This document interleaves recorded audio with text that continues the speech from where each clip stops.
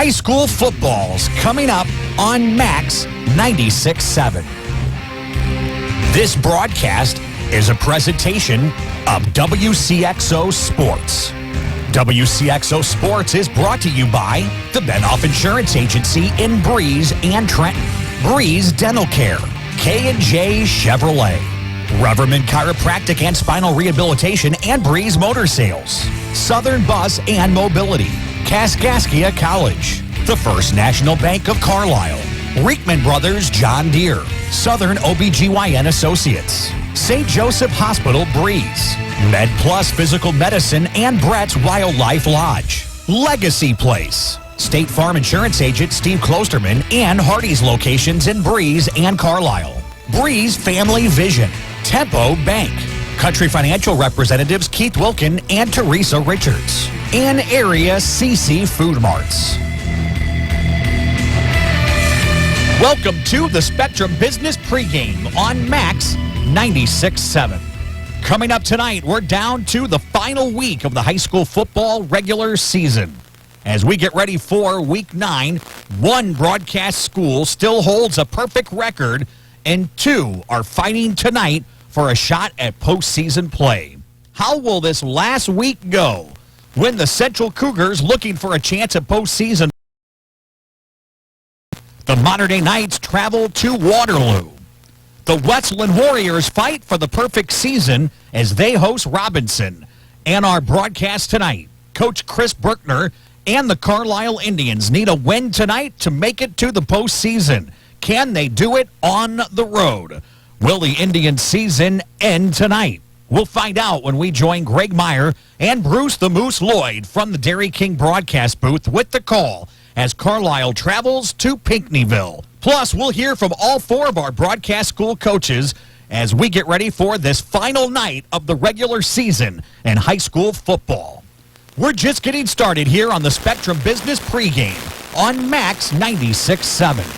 If you are ready for a better experience and a better product, call Dave Crabtree today to find out what Spectrum Business can do for you and to find out about a deal too good to pass up. Call 606-3798. Up next, the Bradford National Bank coaches interviews as the Spectrum Business Pregame continues on Max 96.7. At Country Financial, we're more than just an office you may pass by as you drive through town. We're part of your community and help support the programs that make our neighborhoods thrive. We take the time to get to know our customers. We know that every situation is unique, and our goal is to understand yours so we can help you be confident about your financial security and your future. Call your local Country Financial rep, Keith Wilkin, at 526-1179 or Teresa Richards at 526-1100 today. What? Is this real? Hey, yo, sir. Do you know what I'm about to pay for gasoline? With the Fuel Rewards Network program, you won't believe how much less you can pay for your fill-up at participating Shell stations. Look at that. Just shop through FuelRewards.com and dine at participating restaurants to earn rewards. Then, use your Fuel Rewards Network card at Shell and save. Want to pay less for fuel? Sign up free at FuelRewards.com. Restrictions apply. Limit 20 gallons per purchase per vehicle. For information on rewards expiration and other details, see FuelRewards.com. Scientists say the universe is random. Why should your radio station be any different? You've got Max 96.7.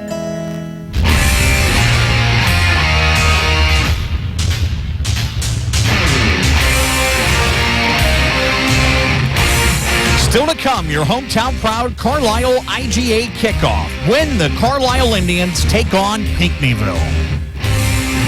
Bradford National Bank presents our coaches interviews. Let's start with the head coach of the Central Cougars, Brian Short. His team also needs a win tonight to make it to postseason play when the Cougars take on Heron. Coach Short, you had a tough battle against Westland. They are a very tough team, as we have heard all season long. You didn't quite pull out on the winning side, losing 34-25, but you had a couple of shots, didn't you? Yeah, we were down 1 point on two different occasions. We were down 20-19. We were down 14-13. On both those, we missed our extra points. So we were able to, we should have tied the score twice. And then we had a chance late in the third quarter to actually take the lead. And we got held from 4th and goal from our own 6 and didn't score. And they drove down and scored to make it a 2-possession game. So, it was a situation where, it was pretty frustrating because we were playing an 8-0 team and we were, given that much of a ball game and to not execute on some situations that could have either tied the game or put us in the lead. It's pretty frustrating, but, you got to look at another way, too, that we were playing the 7-0 team that was really good, and, we were right there with them. But, the bottom line for us, our defense didn't play well enough. Our offense came out and executed and scored points, and we just didn't get enough stops against a really good, really physical offensive football team. Right now, taking on Heron, you guys are kind of playing for your playoff lives, aren't you?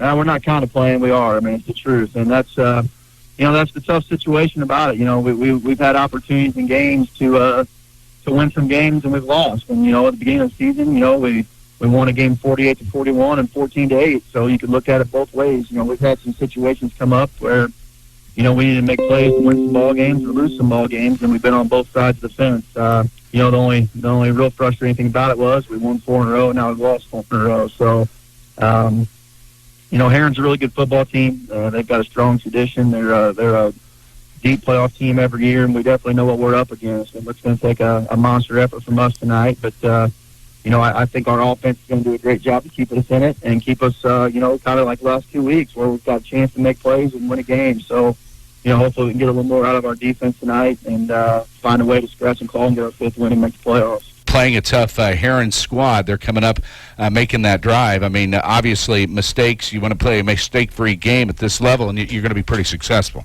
Yeah, and like I said, that's kind of been our biggest issue is we make too many mistakes at the most inopportune times. And, that has a lot to do with playing good football teams. It has a lot to do with, we're not very experienced. Like I said, I've said a couple times, we've only got 3 players that have come back from having experience before, and, at times that shows. And, it's an easy cliche to say, but the only way you can get experience is by playing and going through some hard stuff. And, the last 4 weeks have been pretty tough on us. Coach, we wish you lots of luck here tonight as you take on the Heron Tigers, and hopefully we can make this conversation last another week or 2, right? Well, that's the goal, and that's what I'm hoping for. And I know my guys are going to show up and play tough. So we're gonna give them the best we got and see where we stand at the end of the game. Get unhungry for only $5 at your Breeze and Carlyle Hardee's. Dig into the $5 All-Star Meal with 4 different meals to choose from, like the Charbroiled Double Cheeseburger and Onion Rings with natural cut fries, a fresh baked chocolate chip cookie, and a 20-ounce drink. Pick a $5 All-Star Meal today from your Breeze and Carlyle Hardee's, plus the entire Red Burrito menu. Get unhungry at your Breeze and Carlyle Hardee's. Stuck in a state of falling behind? Struggling to keep up with your kids, your finances, your insurance, your life? Then let me, State Farm agent Steve Klosterman, help you simplify and get to a better state. Because with the Klosterman Agency handling your auto, home, and life insurance, you'll have more time to handle everything else. More money, too, because adding State Farm policies can earn you discounts and actually help you get ahead. Call or email me, State Farm agent Steve Klosterman, and get to a better state with State Farm. What were we thinking when we designed the station? I'll tell you. We were thinking it takes all sorts to make a world. Max 96.7.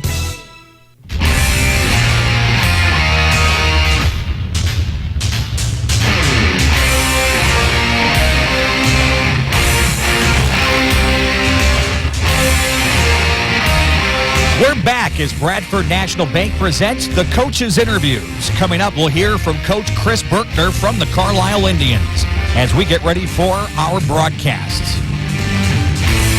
The Mater Dei Knights will take their final game of the season on the road tonight.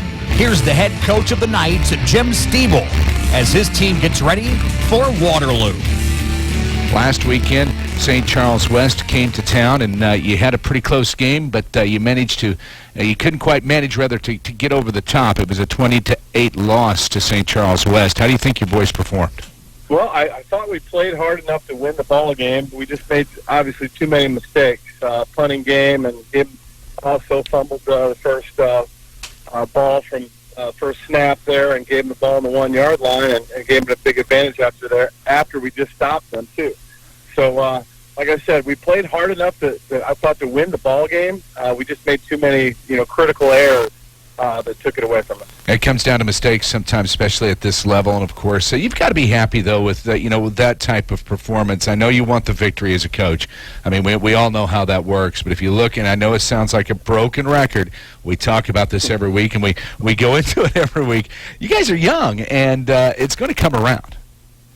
It's new territory for us, of course it is. But we were somewhat expecting that. We knew we had 4 seniors coming into this season, and we knew if we had any injuries whatsoever that it was going to be a rebuilding year.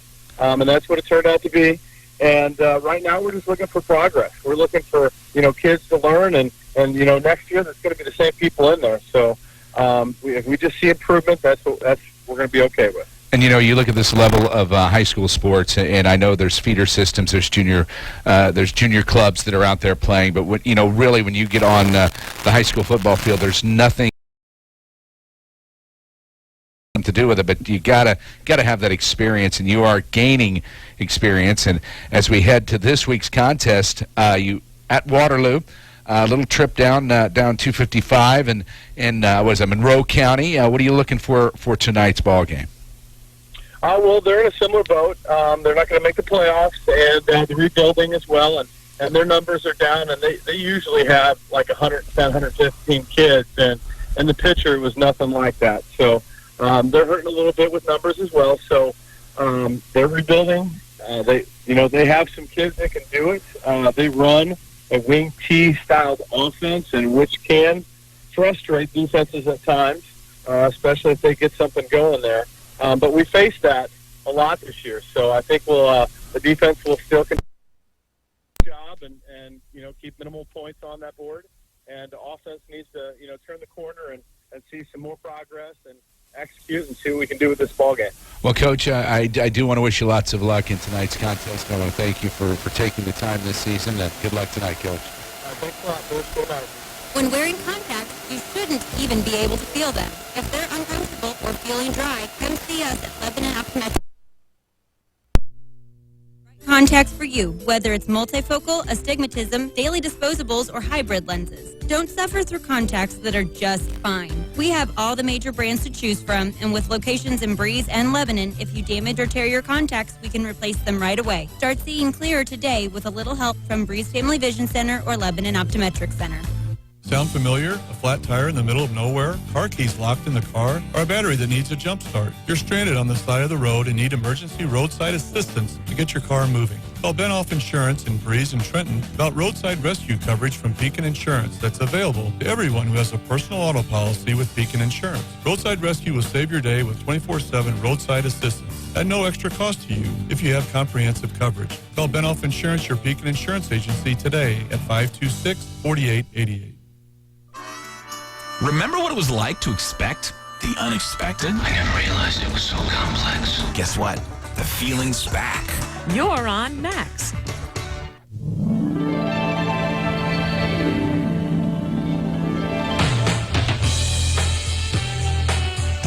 Are you ready to experience honest water?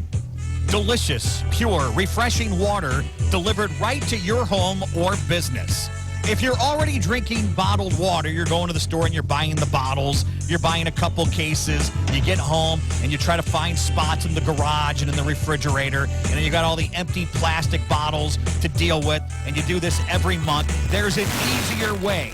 How about trying pure, honest water delivered right to you with 3 or 5 gallon bottle options? Get ready for the convenience and ease that'll make your water drinking so simple and easy you won't want to go back to buying cases of bottles of water anymore. You can try Honest Water absolutely free for 1 month. Yeah, you can try Honest Water absolutely free for 1 month. Honest Water will set up a cooler and bring you 3 bottles of water at no charge, just to give you a chance to try it out. There's no obligation, and it's worth a try. Honest Water is locally veteran-owned and operated. All you have to do is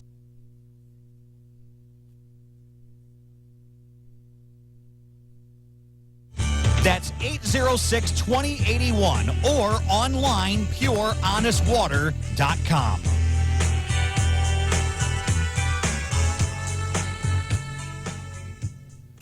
Hi, I'm Dr. Tim Draghi, a general dentist from Breeze, Illinois, who sedates patients with pills. I treat a lot of patients who have not been to the dentist in 10 to 20 years. Most had a bad experience as a child. Others are embarrassed to go or are concerned the dentist will scold them. We know these feelings are real and believe in listening to your problems and concerns. I will do all of this without putting you down or making you feel guilty. My team and I want to make a difference in the way you feel about dentistry. Please call me, Dr. Tim Draghi, at 526-2020 to schedule an appointment, or look at our website at breezedentalcare.com, where sedation dentistry is an option for you to take care of your teeth without anxiety. New in 2017, Dr. Draghi and Dr. Santel are in-network providers with many insurance companies. New patients are welcome and most emergencies seen immediately. If you are looking for a happy dental home and would like to talk to the insurance coordinator about your insurance options, Breeze Dental Care would be glad to help. Call 526-2020. Hello, everybody. This is Rip reminding you to join me from 9 until 10 tomorrow morning. We're talking sports on Max 96.7. We cover it all on Talking Sports. We are the latest scores and headlines from the high school, college, and pro scenes, including those prep football results. We also bring you the top guests from the high school, college, and pro ranks. Tomorrow's guests are football coaches Chris Berkner and Jim Stiebel. So get off the bench and into the game. Tune in to Talking Sports at 9 tomorrow morning on Max 96.7. Do you mind if I turn on the radio? The music is great, and it doesn't cost anything. It's Max 96.7.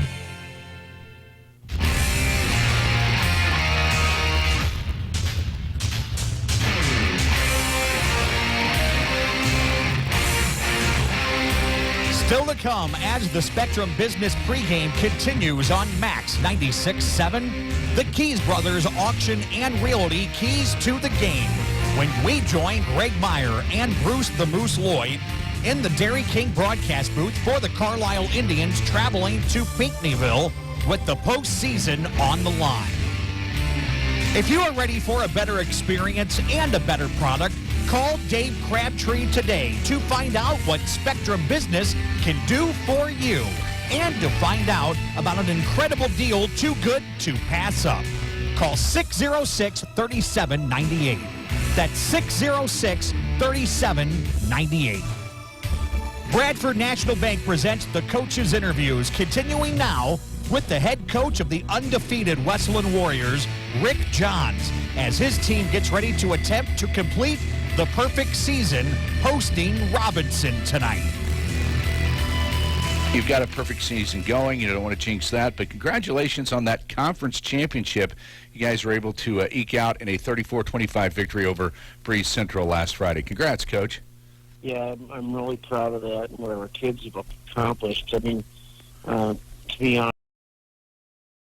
the teams we play and where we fit, within the conference as far as enrollments, and I really, to be honest with you, Moose, I would have thought that a deep run in the playoffs would be more likely than a conference championship. That based on the idea that the people we would have to beat in the conference, would in most cases be every bit as good as anybody we'd play in the playoffs because of the size of the schools and such.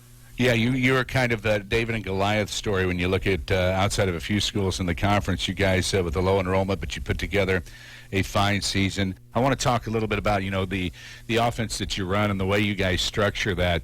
Yeah, it's a really nice offensive line.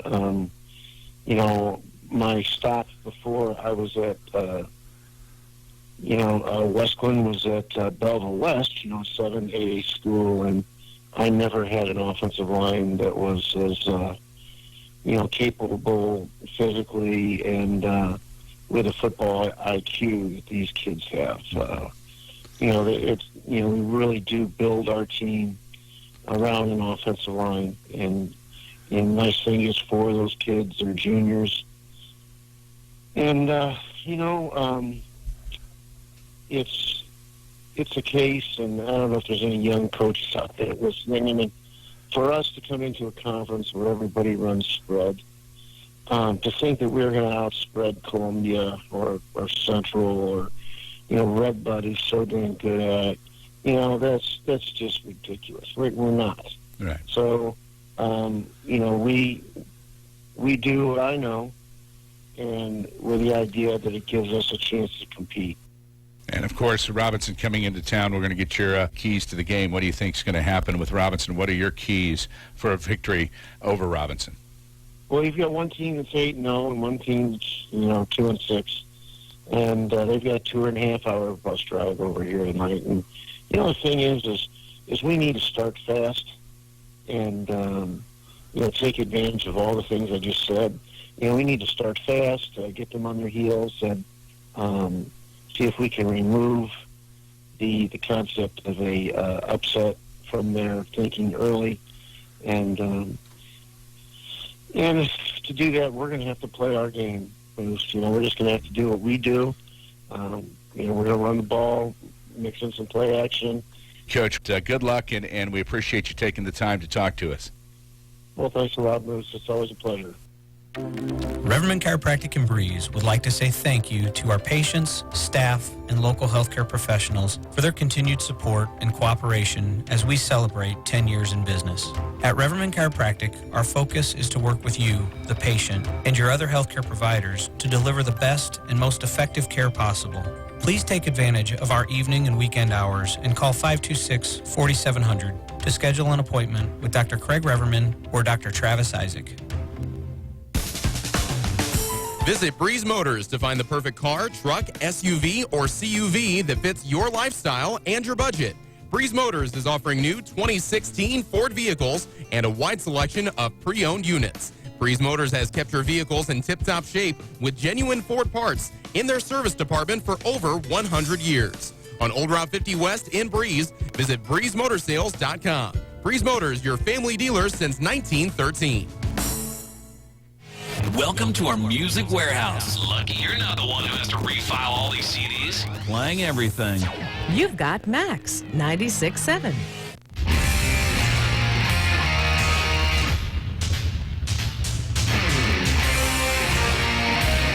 Tonight's broadcast is coming up when the Carlyle Indians hit the road to Pinckneyville with the postseason on the line.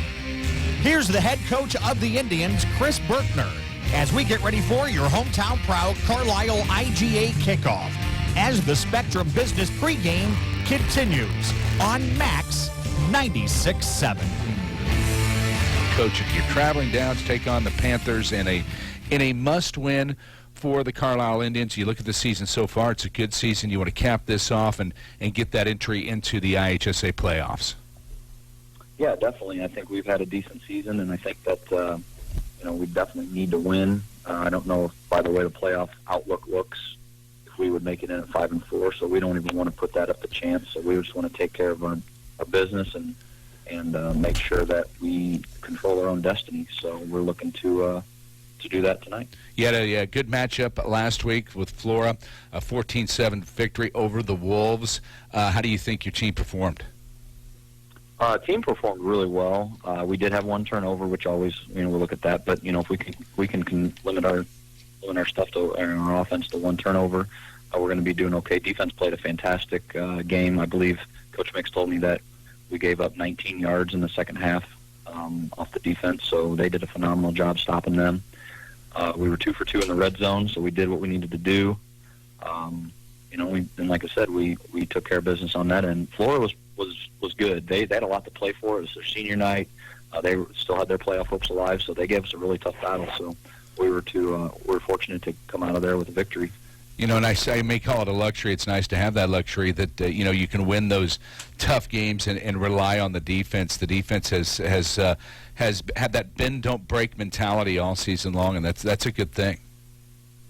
Yeah, defense is obviously very key to a football team. If we can't stop them from scoring, then generally we don't like to say our offense has to go out there and score every time. So we do rely on the defense to get their job done, and they've been improving. It just takes a little bit of time, kind of get those kids to gel together, communicate, and understand what Coach Mix is trying to get them to do defensively, and they've been really doing well here lately. taking that straight shot down 127 this evening, taking on the Panthers. What do you see as the keys to a victory for the Carlyle Indians in tonight's game? Just obviously limit turnovers. We can say that every week. Limit turnovers, run the ball well, and just play sound defense. So if I pick three, I'd say those would be the three main ones. Well, Coach, we do appreciate you taking the time this season to talk to us again. I can't say enough that this is it's a pretty pivotal game for you. You win, you're in kind of scenario, and hopefully we'll be talking about an advancement in the playoffs next week. Yeah, let's hope so. That's what we always work for. That's one of our goals always, is to make playoffs, and this year we have a pretty good shot at doing that. We just got to take care of business tonight. All right, Coach. Good luck, and thanks for taking the time. All right, thank you very much.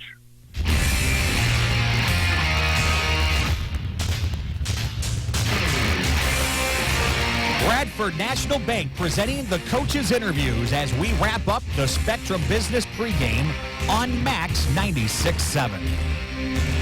If you are ready for a better experience and a better product, call Dave Crabtree today to find out what Spectrum Business can do for you. Call 606-3798. When we come back, we'll join Greg Meyer and Bruce the Moose Lloyd from the Dairy King broadcast booth for the Carlyle Indians taking on Pinckneyville.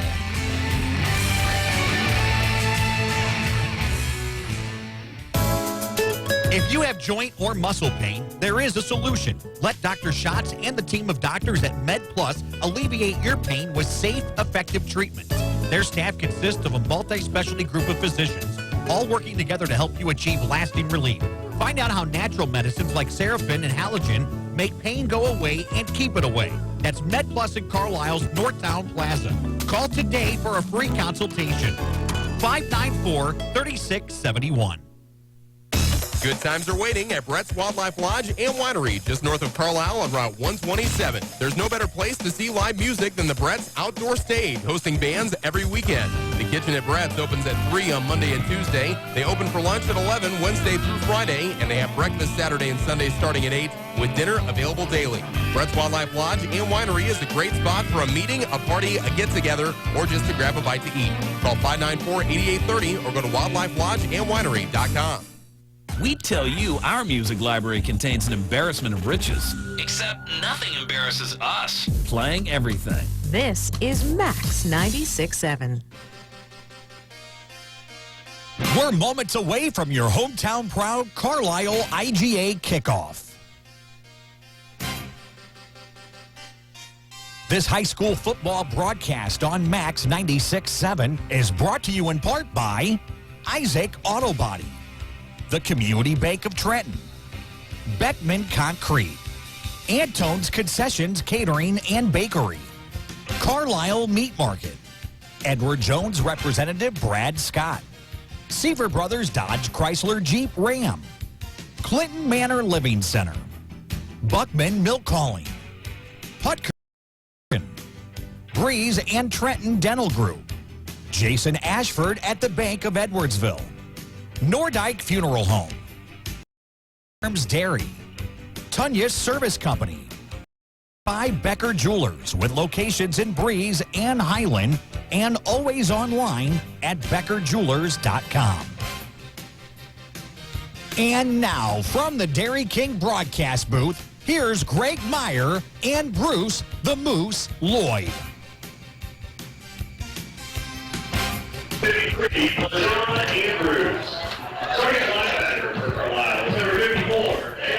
Well, good evening, everybody. Welcome into the Dairy King broadcast booth this evening. Dairy King locations, Breeze and Trenton, Illinois. Greg Meyer here once again.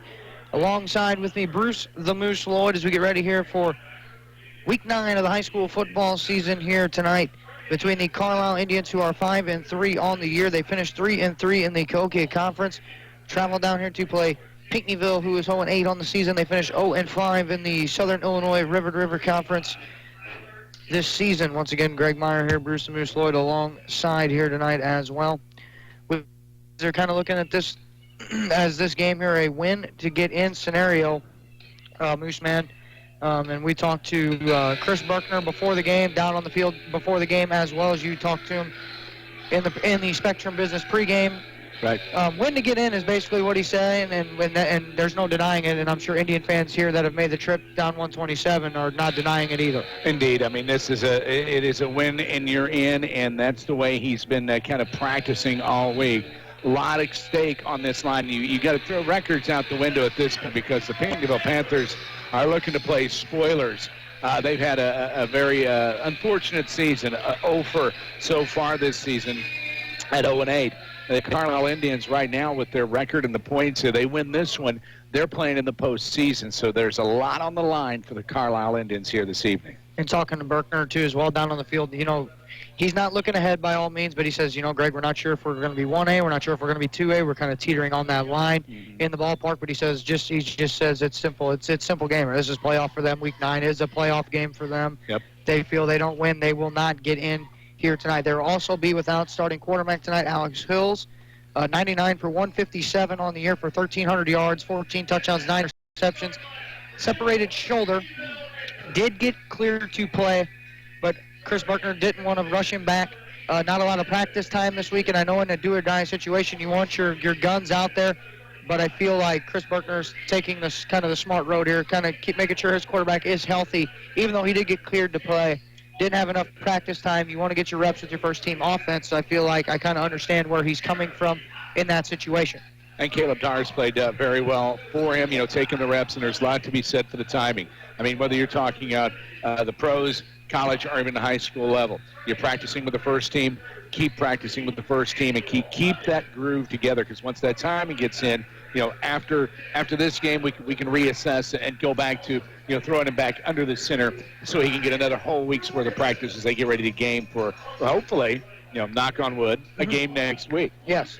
And as you mentioned, Bruce, you're talking about that quarterback. I know you're going to mention him right here in your Keys Brothers Realty and Auction Company keys to the game. Bruce Moose Lloyd, got to ask, what's your keys for the Carlyle Indians and the Pinckneyville Panthers tonight? Carlyle Indians, mistake-free, get out and hit the gas. I mean, that's when we talked to on the coach's interview. Coach Bergner, he's always rather cagey, but he said, we want to get on them quick.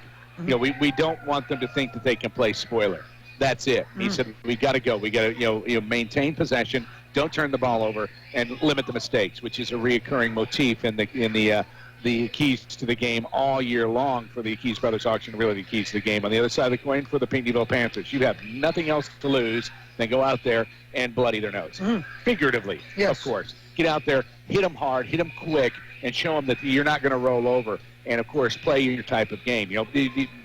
Right now, you can have two facets of this. Carlyle Indians, and I'm sure Coach Bergner hasn't done this, but, back in the back of their mind is, we can win this. That's not a problem. But we've seen what happened this year when teams may have thought, come in a little bit overconfident, said, hey, we can win this. They don't. So that's the way it's got to be. You've got to have a mistake-free game, push the ball, really get on the gas quick for the Carlyle Indians. And the other side of the coin, the Pinckneyville Panthers, hey, we're no slouches. We're here to spoil you, and they can get on the board quick. Other games going on around the area tonight as well, Bruce. We're going to go ahead and get in as we get ready here for your hometown proud Carlyle IJ opening kickoff here just moments away. Coming up, those were your Keys Brothers Realty and Auction Company keys to the game. 7-1 Heron at 4-4 Central. The Cougars into W to get in tonight. That game kicked off 7 o'clock. The Warriors strive for perfection tonight. 8-0 at home against Robinson, who's 2-6. Mater Dei Knights 2-6, traveling to 3-5 Waterloo tonight.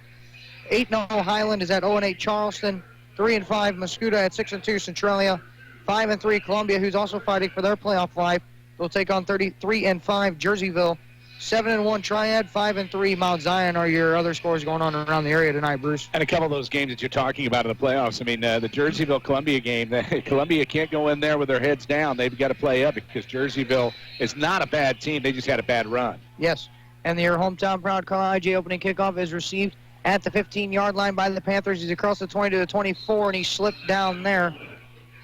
And that was Lucas Downard on the return, and the Panthers will start with the football on their own 29. We'll give them 30-yard line. The Panthers from right to left on your radio dial, dressed in the powder blue jerseys, dark blue with powder blue and white stripes, white helmets, set for the offense. On the other side of the coin, the defense, of course, Carlyle in the purple helmets, white road trimmed in gold, and purple pants. We'll see the quarterback here for the first time tonight in Colton Kling. Check that. He takes the snap and he hands off up the gut, and he gets a yard or two out to the 32-yard line. It's going to be 2nd down and 7. Thompson, I believe, was the ball carrier Actually, check that. That was number 10, Tyler Rice.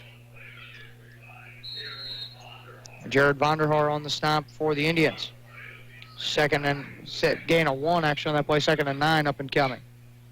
Shotgun formation, 2 receivers each way for the quarterback. Kling, he motions a man across, and he hands it for Downard going out to the right side. And the Indians on the far side string him out all the way to the sideline.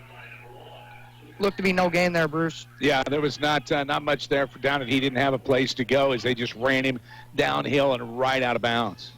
Far side, I believe that was Benji Vonberg forcing him out on the far end. So it's going to be 3rd down here. A minute into the football game. We got a tough time here seeing the scoreboard tonight. It's going to be 3rd and they gave him a yard. 3rd and 8.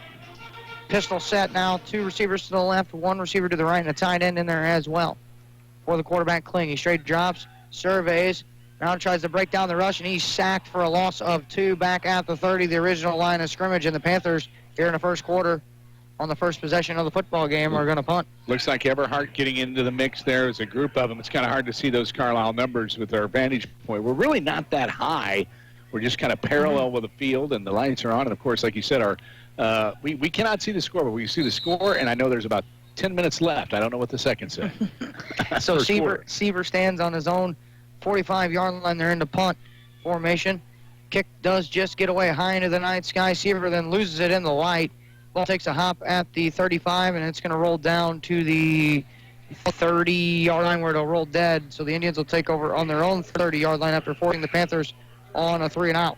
And that was a wise play for Seaver. He kind of rolled a little bit. It was kind of went over his shoulder, and he wisely just kind of spread away from it, got away from the football so it didn't inadvertently touch him and cause that quick turnover in very tenuous territory. So Carlisle Indians will start their first drive on the 30-yard line. We'll see quarterback Caleb Darr in tonight. He's 20 of 34 for the season, 166 yards and a couple of touchdowns. Also carried the ball 63 times for 228 yards. Just joining us, Alex Hill's out tonight with a shoulder separation. Darr in the pistol, and a design quarterback run right up the middle for Darr. Slinged across the 33 to the 34-yard line. Call it a gain of 4, and it'll be 2nd down for the Indians. Nice little design play by Darr. Nice interior line movement. You like to see that with the in that pistol with the quarterback keeper from the shotgun. He had plenty of room to move. Quarterback last week, Darr, 12 of 21 through the air for 120 yards and a touchdown against Flora, a 14-7 win for the Indians. High snap, handoff middle for Smith, who's met there in the hole. See if we can catch a number there by the Panthers for no gain. And they call the tackle down. I think it was Chase Fulkerson, number 34, no gain. So 3rd and 6 for the Indians. Both teams here now, 9 minutes to play, first quarter. Band just below us here making some noise here. And Pinckneyville High School. Trips left, 1 receiver to the right in the pistol for Darr. Good snap, throw on the quick screen out. That one is going to fall incomplete on the far side. I believe that one intended for Nick Becker. And just like that, the Indians are going to turn it and punt it back over. Yeah, they had the design play set up. Looked like he had some clearing if he'd have made the move, but it was a little bit of a low pass. So on that one, it's going to be 4th down. Call it 7 to go. They're going to opt to punt this one away to the Pinckneyville Panthers. So on to punt for the Indians. Looks like Chase Taylor, I think. Yeah, like I said, it's hard to see the numbers when the Indians are in their road whites. High snap. Good catch. Gets it away. Down the center. It's going to be caught there and met there on the catch. Return man, number 1, Lucas Downard, and he suffered the punishment on that one after getting hit there. I think that might have been Dale Allen on the punt coverage. Not sure if it was Andrews. It was a 3. I believe a 53 or is it 55. I really couldn't tell. It's really tough to see those numbers, but he just laid him out. As soon as he touched the ball, took the step, and he was on him. So the Panthers will take over. 1st and 10, ball marked at the 39 for quarterback Kling, back out there after a 3-and-out on their first drive. 8 minutes to play here in the first quarter. Makes a man in motion, fakes the handoff, and Kling keeps it going up the middle, makes a move across the 40, out to the 45 to the 47-yard line.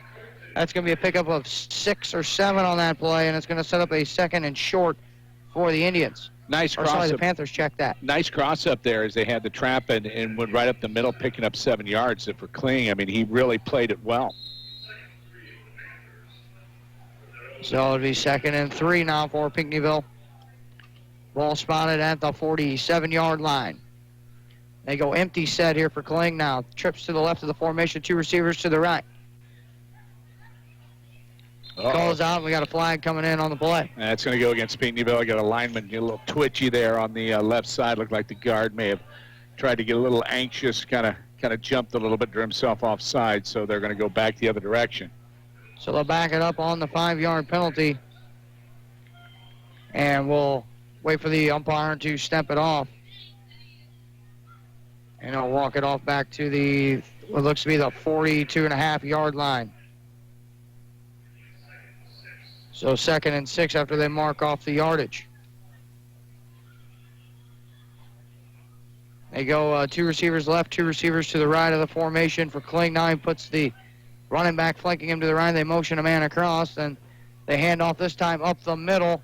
And that's going to be no gain for Rice, I think, was the ball carrier that time. Loss of a couple. Back to the original line of scrimmage. Vonderhaar in there on the tackle. 7 minutes on the big board to go. No score here on your Honest Water scoreboard between Pinckneyville and Carlyle here tonight. The Indians need a win to get into the playoffs. A lot of speculation as to who's doing what to whom next week. We'll know more about that, tomorrow around 6 o'clock? It'll start tomorrow. Brackets will be unveiled at 8 o'clock tomorrow night.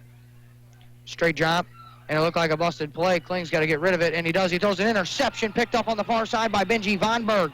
Big block on the end, and it's going to be a return pick 6 for a touchdown. I think that was Vonberg on the far side. So an INT returned for a touchdown by Benji Vonberg. So that puts the Carlisle Indians up, and there was nobody near. It was exactly a broken play. I mean, it looked like the whole right side of the line pulled to the left, and it just allowed the Carlisle Indians, left side of the defensive line, just to be able to just bum rush the quarterback. He had to get rid of it quick, and there wasn't a Panther within 10 yards, and he threw it right into the Carlisle Indians. That's what happens when you get a panicky quarterback. Busted play. That's some interception. The Indians on the board tonight already 6-0. Now they will elect to go for 2. 1 receiver split out each way. A tight end in there and a couple of running backs in the shotgun for Dar. Takes a snap, hands off middle for Landon Smith, and he's going to get in for the 2-point conversion is good. So the Indians will take a 8-0 lead on the Pinckneyville Panthers here with 7 minutes still to play here in the first quarter. That's your Honest Water scoreboard. The Carlisle Indians 8, the Pinckneyville Panthers nothing. You're listening to high school football on Max 96.7.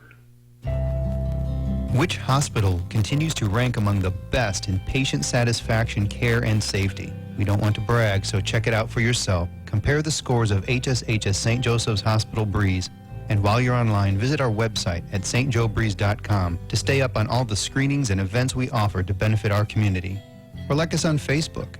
Working to continue our legacy of caring, we are HSHS St. Joseph's Hospital Breeze. You're on Max 96.7. So the Carlisle Indians on your Honest Water scoreboard take an 8-0 lead, and it was a pick 6 for Benji Vonberg, and then a 2-point conversion run by Landon Smith. And that's the Indians an 8-0 lead after the Colton Kling interception that looked to be a broken play. And the Indians the beneficiary of that. So they will kick it away here. And it's kicked deep down the middle. And Downer is going to pick it up at the 15, across the 20 to the 25, makes a move at the 30, 35, 40.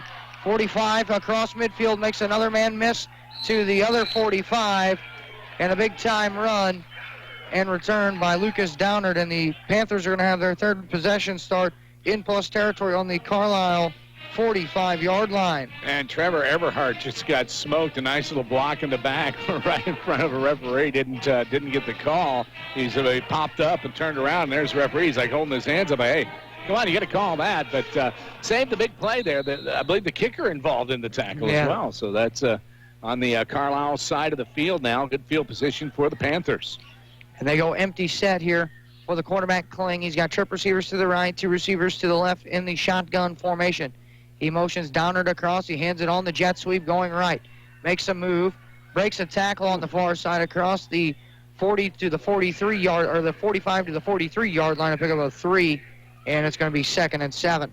Another busting hit there, man. He took a shot as he went out on that wide sweeping run. He took a hit out of bounds and knocked him out of bounds. That was a dandy. 53, LaShawn Andrews is the first man to tackle or make a play at the Jetman Downard as Mooseman pulls out the binoculars here this evening. Motion a man across again. Kling hands off going left. Back the other way. Run across the 35 down to the 30 for a first down. And a run by Ryan Brigham for a first down. The Panthers' first down of the game. That's a gain of, we'll call it 8.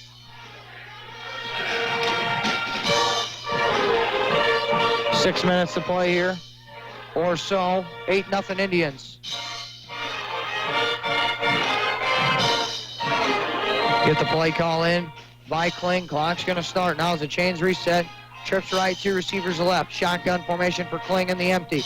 He motions Brigham across. He fakes the handoff and keeps it this time. Fakes the going outside. It looked like it might have been a face mask. Flag does fly in late after Kling picks up a couple of yards. I think it will be a face mask. Face mask or like that horse collar because he kind of cut inside on that play, and the defender just kind of sweeped around and maybe caught the top of the shoulder pad, so we might get the horse collar or face mask. I'm not sure what they're going to call it. Yep, horse collar. And they do call the face mask actually personal foul, yeah. And it'll be from the spot. Not sure if that was an intentional face mask. No. He didn't yank his head back or anything. He let go immediately. So it was just one of those, he just kind of got botched, and he kind of reached behind him and kind of caught him up high. So that's going to be a large penalty. 15-yard variety will move it for another first down. And after that, they'll spot it at the 11 and a half. Getting into that. 14 and a half, sorry. Gosh darn, I'm off my game tonight. You're off your game. That's all right. Getting into that Seaver Brothers red zone, of course, celebrating 175 years. Raised red, score big, Seavers Equipment. So they look over to the sideline for head coach Todd Rushing, who's in his first season back after 4 years off of coaching. He coached 12 previous years here at Pinckneyville from 2001 to 2012. 5 minutes on the big board yet to play first quarter. Indians lead 8-0. They motion a man across, and Kling hands it off up the middle. Actually, he kept it off the play fake down to the 10, and he's going to have a gain of 5. It'll be 2nd down and 5. The misdirection, he faked the handoff on the jet sweep and then read the zone read and kept it himself. Seaver on the stop for the Indians, and it'll be 2nd and 5. So he's picked up a quick 13 yards, Kling, showing that he has some ability to run and make those quick jump stops and change direction on the defense. Handoff jet sweep going left and trying to get near the end zone, sniffing it in, and it is a touchdown for Ryan Brigham. And the Pinckneyville Panthers draw closer here, 8-6 with 5 minutes to play here in the first quarter on the Brigham. 6-yard touchdown run. Brigham, he was stumping the end zone the whole way. Nice blocking from the line of the Panthers. Gave him the opportunity to kind of cut back across the field a little bit near the hash mark to push it past the goal line. So not what the Carlyle Indians wanted to see. So they'll be on for the point after touchdown. The freshman kicker as it goes up and through for Ben Restoff. So your score here on your Honest Water scoreboard is the Carlyle Indians 8, the Pinckneyville Panthers 7. You're listening to the Carlyle Indians on Max 96.7. Farm Equipment has locations in Oakville, Australia, and Breeze. Brinkman Brothers sells the finest John Deere tractors, plus lawn and garden equipment and accessories. Brinkman Brothers has been a part of the farming industry for over 83 years. Call Brinkman Brothers for farm machinery and farmland auction services. 243-6186. Brinkman Brothers, your John Deere dealer. It's Max 96.7. So your XL bottling scoring drive for the Pinckneyville Panthers, 4 plays, 5 yards, 2 first downs, capped off by a Ryan Brigham. 6-yard touchdown run, and it's 8-7 on your Honest Water scoreboard. That is your XL bottling scoring drive, and Bruce, enjoy a red cream made with pure cane sugar, smooth vanilla that delivers a classic. It is XL bottling. You're going to look back at that actual drive and say, well, that face mask, the the big face mask variety. That I just can't see that one. That kind of set that play up. I think it was an inadvertent face mask, but that's always hindsight is 20/20. It is a 1-point ball game with just over 5 minutes to play here in the first quarter. Carlyle Indians just need to rally, put together a sustained drive, and see how it goes. Mistake-free football. That's what Coach Bertner is going to want out of his Carlyle Indians. As the Panthers kick from right to left on your radio dial. Chase Fulkerson is going to kick. Seaver stands by himself on his own 20-yard line. And he gets blown. The official blows it in. Fulkerson's kick drives Seaver back to the 10. That's where he's going to take off with a full head of steam of 15. Tries to go left across the 20, then slows up to the 23-yard line. And the Indians' second official possession will start on their own 23-yard line, leading 8-7.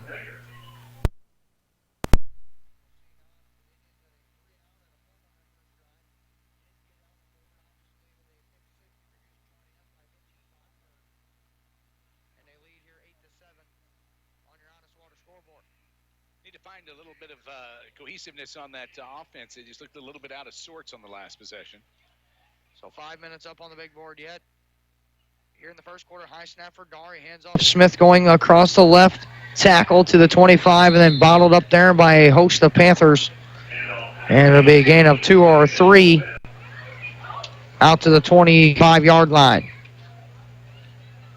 for the running back Smith, who is a junior. A lot of these seniors you mentioned for the Indians hoping that tonight is not their final game, hoping a W nets them obviously a W will net them a playoff berth. The question is where will they be? Where will they travel? 2 receivers left, 1 receiver right, and a straight drop for Dar. He looks, surveys, throws deep ball right side, and he undershot. Looked like to be Nick Becker. Looked like he was throwing to Seaver at first, and then he came back across. Actually, that was Lane Heinzman, number 2. Heinzman. He was trying to throw to. Yeah, Heinzman had a step on his defender, just overthrew him a little bit. And, I mean, it was kind of one of those, you're crowding the zone at about 25 yards down the field. And I believe Heinzman was the intended receiver. So 3rd and 7 now, we'll call it, for the Indians. 4 minutes and change to play here. First quarter, 8-7, they lead over the Pinckneyville Panthers. Trips to the right of the formation. Dar's got a running back flanking him. They throw a flanker screen out for, looks like that was Lane Heinzman. Actually, check that. That's Nick Becker. I'm sorry, Bruce. Nick Becker, yep. Nick Becker, loss of a couple. Ryan Brigham on the stop, and the Indians are going to be forced to punt once again after a loss of a few. Back to the original line of scrimmage. So 4th and 10. Looks like the Pinckneyville Panthers have done their game planning quite well. They have met the Carlyle Indians with everything that they've thrown at them so far here, early going, with 3 minutes to play in the first. So on the punt for the Indians, high snap for him again. Gets the punt away, high punt into the night sky. That's going to take a bounce at the 40, and then like a sandwich is going to bounce back near midfield, and then finally covered up there by number 35 for the Indians, 45, Jared Vonderhaar. Vonderhaar, I mean, it took a big-time Pinckneyville bounce. It landed just shy of the 40 and just came back about 8 yards, and he finally covered it up right there on the 49, 48, 49-yard line. So Pinckneyville will start their drive in pretty decent field position right next to the big white and blue P here in Pinckneyville. New stadium here since last time I've been down here. Nice turf field. Looks nice. Good facility down here at Pinckneyville High School. Kling lines up in the shotgun. Hands off for, looks like Brigham again, across the midfield stripe down to the 46-yard line. A gain of 5, and it'll be 2nd and 5 up and coming for the Panthers. Sean Andrews on the stop for the Carlyle Indians.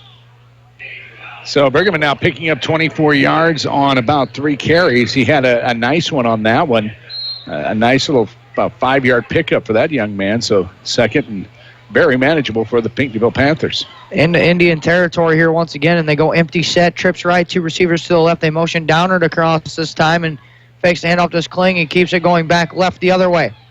Across the 45 to the 40 to the 35, then out at the 33-yard line.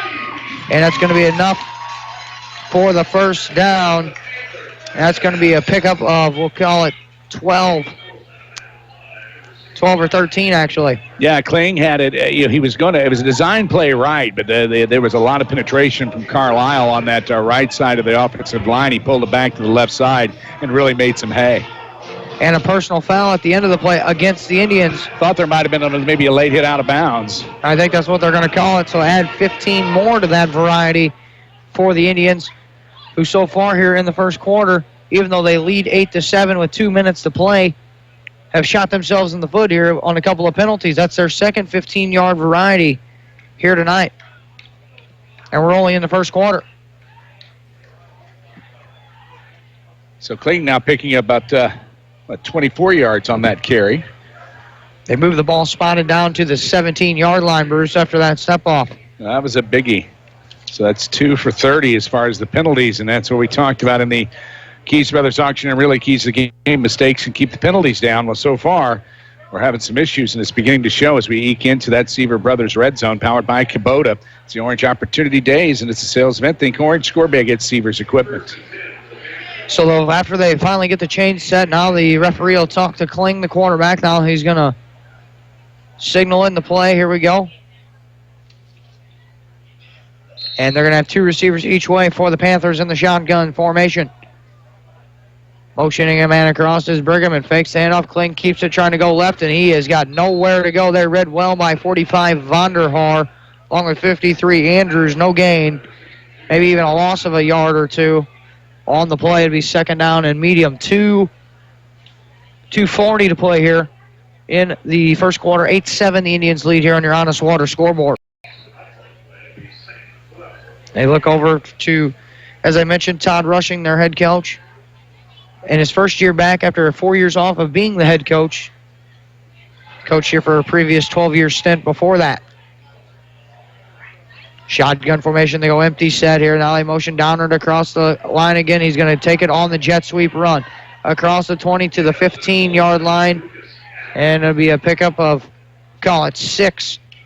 And it's going to be 3rd down and 5 for the Panthers. Ball to be spotted down at the down to the 16-yard line.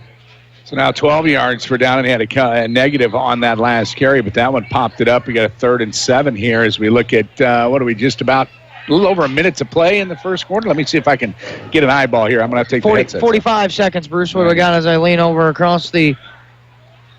Now they motion a man across for Kling. He's going to roll out and throw this time, looking left. Surveying, jump throw across the middle. It's complete to the 10, but it's going to be short of the first down. And we'll try to see if we get a number on that one.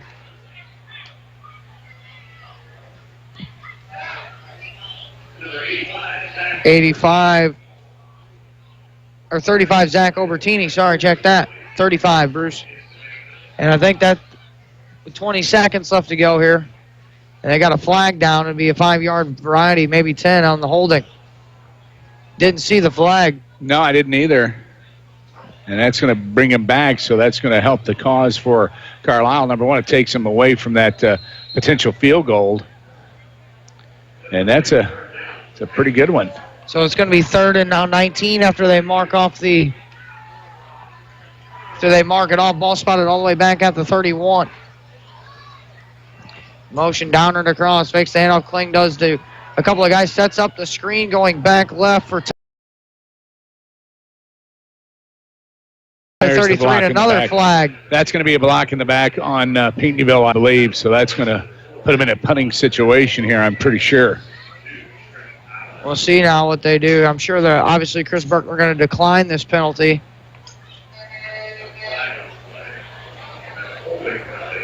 And a holding penalty against the Panthers. So they'll march 10 more off, and this will spot it to the 41. Actually, no, Berkner wants to decline the penalty.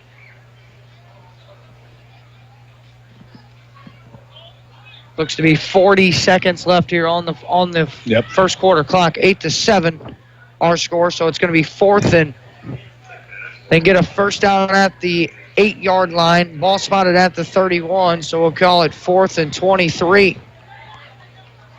A long way. A long way is correct. Empty set for Kling. Clock will roll now. Straight drop. Looks left, throws down the middle, and that one incomplete as Vonderhaar went up high to try to make the play. And the Panthers are either going to try a long field goal here. They're going to punt with 30 seconds to go first quarter, 8-7 our score. Yeah, that was one of those situations where I think he may have went up there and tried to swat it down, just couldn't quite get a hold of it because he's thinking on that fourth down push. So, yeah, it was a nice job there as they went for it. And, you know, we go back this way. Actually, was that the fourth down play? That was the fourth down play. I think he just kind of swatted it out instead of taking the negative yardage on the interception. So, a smart defensive play on the I was going to say because the scoreboard had it third down. So the Indians will start a handoff up the middle for Smith across the 30 to the 35. A gain of 4 on the play. Smith now, that's his third carry. 8 yards on the evening. Tough set of carries for that young man. He'd like to break one open, and Carlyle needing to find their rhythm on offense. They've had a couple 4-and-outs. And 3-and-outs, rather. And the only score on the board was the pick 6 early in the first. Ball spotted down at the 32-yard line, and that's going to be the end of the first quarter as the horn sounds here at Pinckneyville High School. Your Honest Water scoreboard is the Carlyle Indians 8, the Pinckneyville Panthers 7. You're listening to high school football here on Max 96.7. Companies are hiring again. That's good news. Bad news, you don't have the skills they're looking for. Kaskaskia College can fix that. KC's welding technology program can set you up with the skills the industries are looking for. More good news, classes are available at KC's Trenton Center or Crisp Technology Center. Call Sean Morris at 545-3406. The demand is there, the pay is there. Where are you? Kaskaskia College, your future starts here.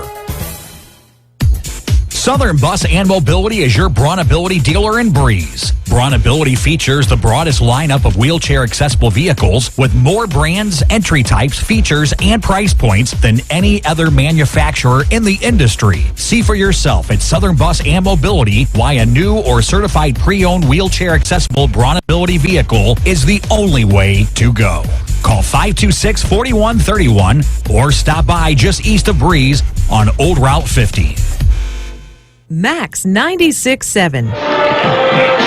Welcome back here to Pinckneyville High School here tonight between the Carlyle Indians and the Pinckneyville Panthers. The Indians will have it 2nd and 10 as they flip, or 2nd and 5 as they flip the field. Check that.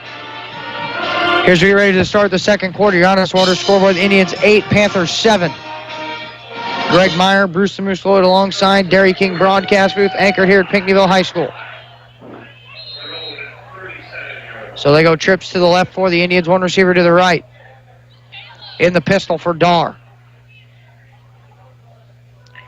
Handoff middle. Smith bounces off a tackler. Keeps the legs churning to the 40. And that's going to be a gain of 3 on that one. Be 3rd and short. A little bit more relaxed on this possession for the Carlyle Indians. The last couple of times we've seen them when they had those 3-and-outs, they just kind of seem to be rushed and befuddled. Now we've got a 3rd and manageable situation, and that'd be a great confidence builder to pop a first down here for the Indians. Trips to left, one receiver right, pistol for Dar. Handoff middle, Smith across the 42 to the 43-yard line. It looks like he's going to have just enough for the first down for the Indians, and they will move the chains. Be the Indians' first down of the evening. As a 3-yard variety run by Smith. Ball spots down at the 43. So that's one little notch in the gun belt. You got your first down. First one for the Carlyle Indians this game, as a matter of fact, as we were just underway here in the second. Pistol set, 2 receivers each way now for the quarterback, Dar. Straight drop, good blitz pick up by Smith, and throws a out route to Seaver across the 45. Tackled at the 47. We'll call it a gain of 4 for the Indians. And Seaver gets his first touch of the football game, who had 5 catches for 45 yards last week in the win over Flora. So Dar getting into the positive on the passing. He had a little screener that was ended up being a 2-yard loss, but that gets him into the good. And, of course, limbers everything up. I mean, you have to build on those small successes. Twin receivers each side. Dar for the pistol set. Here again, good snap, straight drop. Now he takes off running at the last second. Here he goes up to across midfield near the first down at the 47-yard line. Looks like it's going to be a gain of 6. He's going to be just shy of the line to gain. Let's call it maybe a half yard, thereabouts. Third down, half yard for the Carlyle Indians as they pop it into Pinckneyville Panther territory. Of course, the Indians from right to left on your radio dial, and their road white, gold numbers trimmed in purple, purple pants, purple helmets. And they're going to try to put some more yardage on the boards here. Full house backfield now, and we'll see Dar go under center. Smith's got a couple of fullbacks in front of him. Seaver's on one, split out wide right. Handoff middle, first down across the 45. Legs churned to the 42-yard line. And that's going to be a gain of 5 for Smith and a first down for the Carlyle Indians. Their second on this drive, second of the football game. And the clock rolls here with the ball spotted at the 42. Now we got a late injury down here, and we'll have a stoppage. The umpire blows it at holding what looks to be his left leg. Left leg, left knee, just underneath the knee, maybe the shin, not sure. As the Carlyle training crew hits the field. Yeah. 8-7 our score on the Honest Water scoreboard. We're going to take our break. We'll come back. We'll hope to get a number for you. You're listening to high school football here on Max 96.7. Is the all-new Chevy Silverado the right truck for you? Hi, Colby Voss at K&J Chevrolet in Carlisle. The all-new Chevy Silverado has the comfort and conveniences you expect from a Chevy, plus the performance and handling you need. We have several new trucks to choose from, and if we don't have it, we'll find it for you. Stop by K&J Chevrolet and drive a Silverado and see for yourself what a tremendous value we offer and what the hype is all about. K&J Chevrolet in Carlisle, just west of town on Old Route 50. Chevrolet, find new roads. Max 96.7. Believe the guy limping off here is 53 LaShawn Andrews, walking off on his own power, kind of hobbling though a little bit left. We'll call it left ankle, possibly left knee, but he's up walking, so that's good to see. And all speculation here. We'll see if he will return to the game. He goes out here in the second quarter with 9:23. I'll handle the minutes, you handle the seconds. How's that? I'm cool with that. All right. So it'll be 1st and 10 for the Indians. Ball spotted at the 42. Honest Water scoreboard. The Indians lead 8-7. They got their points on a pick 6 by Benji Vonberg and a 2-point run by Landon Smith. Clock will run here. One receiver each way. High snap for Dar. Hands off middle for Smith. Across the 40. 35-30. 25-20. And then tackled down at the 11-yard line. That's going to be a pickup of 31.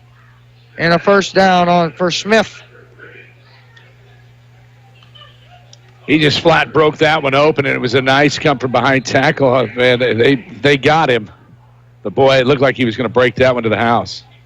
I think Hunter Riggins, number 3, was the last man in defense to make the tackle for the Panthers. One receiver each way. Good snap. Dar, direct quarterback draw up the middle. Across the 15, legs churning. Down to the 14. We'll give him a gain of 1 or 2 on that play. And it'll be 2nd and 9 for the Indians. On the stop there that time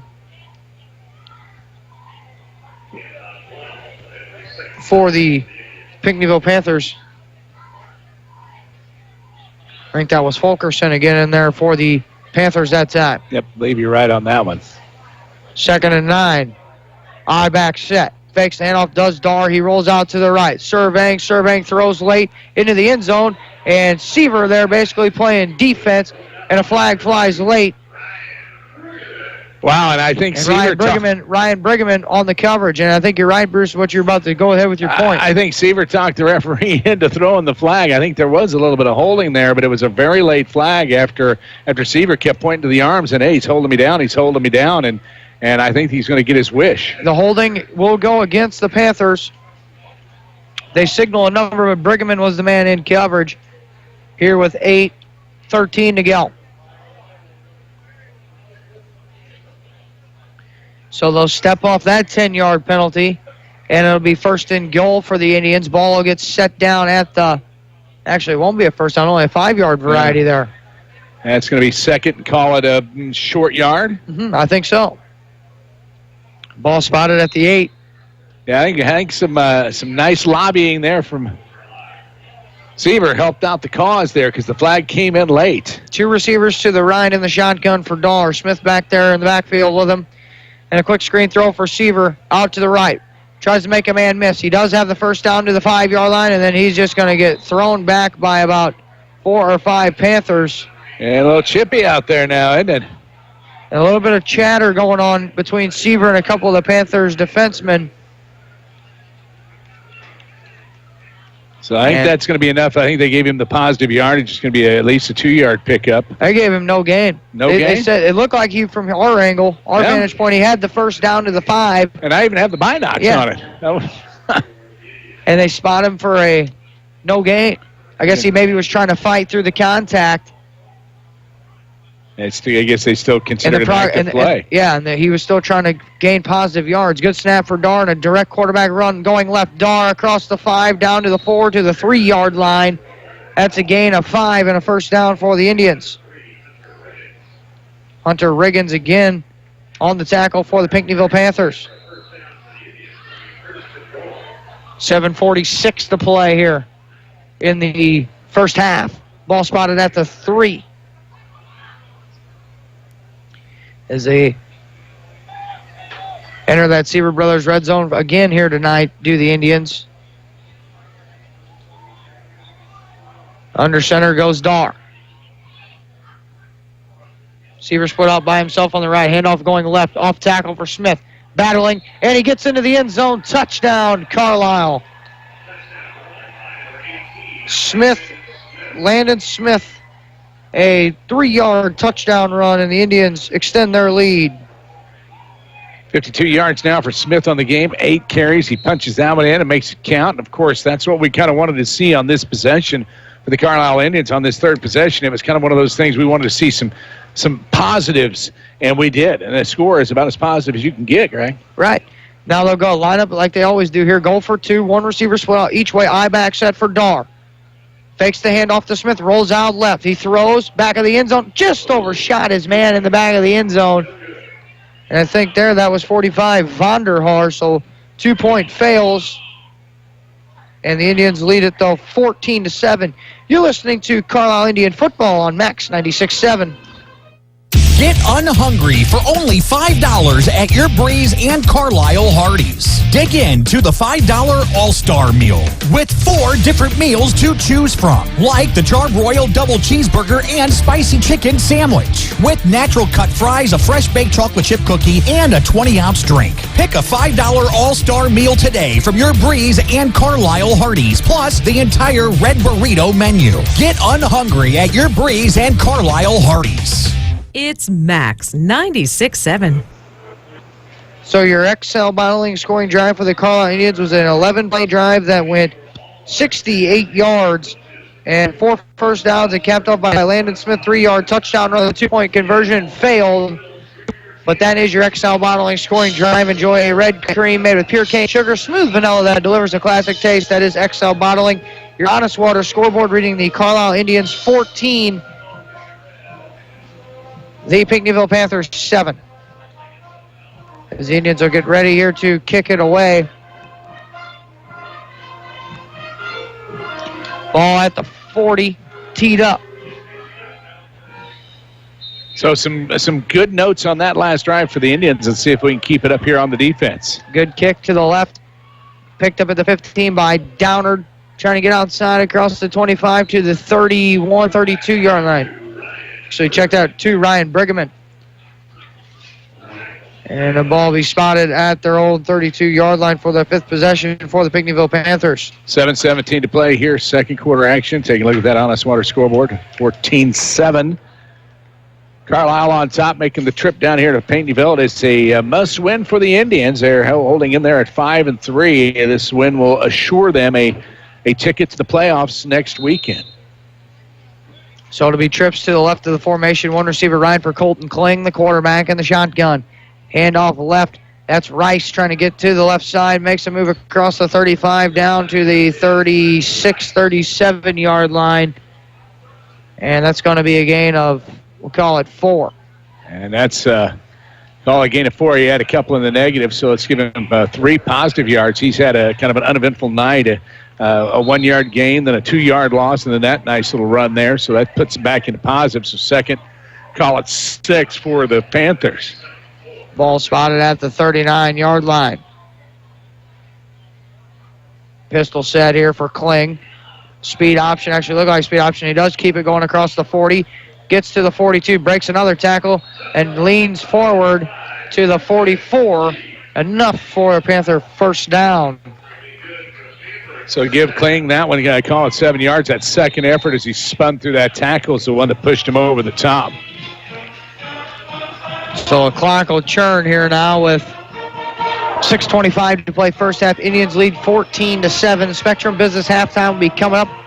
We'll have a Clinton County Showcase presenting our trivia question here tonight. We'll have stats and analysis and scores from around the area at the halftime report brought to you by Spectrum Business. Motion man across again. Klink keeps it going up the gut, and then he is met in the hole and thrown back for no gain. 53, LaShawn Andrews. And I think the referee is kind of saying, hey, take it easy, don't sling him down like that. But that was the only way you could really get him down, as Andrews just kind of had to kind of sling him around and spin him because he had a lot of momentum against him. But, bam, he hit him hard, and maybe I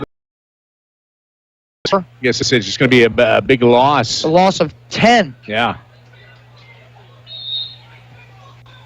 Chris Berkner not happy, still pleading his case on the far side.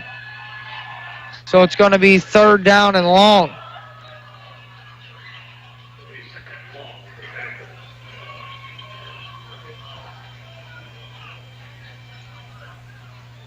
Should be 3rd down here for, let's say 3rd down. It should be. Yep, there you go. There we go. Now we got the right flip. There's the 3rd down mark. 3rd and long for the Panthers here. They go trips left, 2 receivers right. Kling back in there. Motioning a man across. He fakes the handoff. Actually does give it off to Brigham going left. And he's going to be stopped for no gain. Ball came out late again on the far side, but ruled down. And they look like they're going to punt. Yeah, Kling, as soon as he handed the ball off, started John at the back judge. Not sure what was going on at that, but he just started talking to him. So there must be some issues. Maybe they see something on the inside that they feel is a little malfeasance against Carlyle. But Carlyle playing some very tough defense, and this is a good defensive stand. Now we get the best of both worlds. Nice drive previously, and now a good defensive stand for the Indians. The kicker rest off on the punt. Seaver stands at his own 35. 4 minutes to play here, just under. As the punt's away, Seaver's going to pick it up at the 25 and goes back to the 20. Makes a man miss. Now reverses field, looking for a block. Doesn't get one, and he might have lost a few yards. Down to the 25-yard line. 24. I went just watching that back and forth move. I'm sure Chris Berkner would rather just have his all-state basketball player / return man for football, all-stater in football as well, just pick it up and fall down. Fall down, yeah. Just get on it, cover it up. I thought he was just going to let it go. It was over his head, and he kind of came back on it on that second bounce, and that's kind of a scary and tenuous situation. So ball gets spotted down at the 23-yard line. We got 3:36 to play here, first half. Smith and pistol. Good snap, handoff. Dar in the pistol, hands off to Smith. And it looks like no gain. Maybe one, if anything, for the junior running back, Landon Smith. Tackle made by 32, Bradley Kurtz. Looks like they may show they had lost half a yard there from where they're positioning that. Our angle must just be bad tonight. Yeah, it looked like he had a yard, maybe no gain. Now they mark him for a loss. So it'll be 2nd down and 11, I'll call it. And a whistle and from the Pinckneyville sideline, and a timeout taken by the Panthers with 3 and change to play, 3:01 to play here in the first half. Your Honest Water scoreboard is Carlyle 14, Pinckneyville 7. You're listening to high school football on Max 96.7. Want easy online banking and bill paying with an ATM and debit card that allows you to set personal spending limits? Then Tempo Bank's the place for you. Tempo Bank makes it easy for today's consumers to spend more time with your families and less time balancing your accounts and paying bills. Tempo Bank has 2 locations to better serve you. Call 526-7256 in Breeze or 224-9228 in Trenton. They'll be glad to help you. Tempo Bank is your answer to easy, hassle-free banking. Stuck in a state of falling behind? Struggling to keep up with your kids, your finances, your insurance, your life? Then let me, State Farm agent Steve Klosterman, help you simplify and get to a better state. Because with the Klosterman Agency handling your auto, home, and life insurance, you'll have more time to handle everything else. More money, too, because adding State Farm policies can earn you discounts and actually help you get ahead. Call or email me, State Farm agent Steve Klosterman, and get to a better state with State Farm. This is Max 96.7. Honest Water scoreboard, Carlyle Indians 14, Pinckneyville Panthers 7. Pistol set for the quarterback, Dar. And handoff middle for Smith, who keeps the legs crossing and moving. And I think it's going to be no gain. The Pinckneyville defense on the interior line is really just stacking it up. I mean, that's the second up the gutter, just off to the right or the left that they've tried, and it hasn't been working. I mean, you're going to look at Coach Bertner to try some more of those flare screens and maybe even kick some stuff out to the outside, maybe try to get around that corner, because right now it's third and call it 10.5, 11, and it's not working for the Indians so far. Trips right, one receiver left, pistol for Dar. Good snap. Throw screen right, complete, Seaver. And he is fighting and makes a man miss, and then he's forced out at the 29-yard line. That's going to be a gain of 6. But he's going to be well short of the line to gain. And the Indians look like they're going to have to punt here and give it back to the Panthers with just a little over 2 minutes to go. 2:10 to be exact. So he started talking him up, had a great run on that nice drive on the previous possession. This time they just kind of run into a stall. Just can't find the Pistons hitting on the right cylinders. It just seems like they're stagnant. And, of course, it may be one of those pressure games. And, of course, Pinckneyville wanting to play spoiler. I mean, they are not rolling over, Greg. They're playing some tough defense. So on to punt for the Indians. Looks like to be Taylor again. Tell you what, Bruce, it's hard to get these Indian numbers in these wide road uniforms. Not a good punt. He shanked it and then dove on at the 43-yard line. A punt that's going to net 13 yards. Yeah, it just kind of came off the side of the foot. He was trying to angle it to that sideline to keep it away from Seaver, and he just got it. Just one of those things. Just went off the side of the foot, and it plays into. I'm sorry, it just played into the Panthers perfectly. So a bad punt now against Pinckneyville again, plus territory field position. Ball be spotted at the 43-yard line. And they'll go shotgun formation, trips right, one receiver left for Kling. Fakes out, throws a flare screen, and that one thrown into no man's land through a couple of guys. Benji Vonberg, Tyler Seaver there blew that play up from the start. Looked like Downard may have had a chance to get himself you're right. I've got the wrong stat sheet up here. Heinzman in there trying to maybe possibly snag that for a pick on that. So, I mean, there were a lot of Indians doing the right things. Now they'll whistle it in. Here we got just a little, again, over 2 minutes to play here in the first half. They go twin receivers each way for Kling and the pistol. Now they motion Rice to the right side, and he flanks to the quarterback's right. Now he motions the man across, takes the handoff, and Kling keeps it, goes right up the gut, across the 40, then tripped up at the 36-yard line by Vonderhaar. And it's going to be a gain of, we'll call it, 7 yards down to the 36. Setting up 3rd and 3. Clock rolls here. 14-7 Indians on top of Pinckneyville. I need a good, strong defensive stand here. 3rd and 3 for the Panthers. Carlyle needs to squeeze it up on the defense a little bit here. 2 receivers each way, pistol set. 4 seconds left on the play clock. They motion a man across and a whistle and a flag. I get a delay. There's still one tick on the play clock. Jack the marker and a dead ball offsides on the Indians. Yeah, they were in the neutral zone on that one, so that's an unfortunate one there. So that's going to pop them the first down. And when we talk about mistakes, things like that, that's definitely not something you want on a 5-yard variety. That's 3 penalties, 25 yards for the Indians here in the first half. And if you look at this right now, you're allowing Pinckneyville to stay in the game and think they can beat you, and that's the worst thing you can do for an 0-18. 1:18 to play here. Kling fakes the handoff. He rolls right, throws right, almost actually through the hands, almost completed it. 2:35. Actually, check that. That was 80, Devin Kitchen. And really, the Pinckneyville Panthers jersey's not that easy to catch. No. It just happened to be here near sideline. So we're kind of hamstrung here. We were going to tell you we got a big pole right in intersecting the scoreboard. We can see the scores, but we can't see the time. I can see the minutes. You can see the seconds. Pistol set. Straight drop. Kling. Across the middle. Complete to Kitchen at the 10. 5. Touchdown for Devin Kitchen. And that's going to be what looks to be a 32-yard touchdown pass for Colton Kling to Devin Kitchen.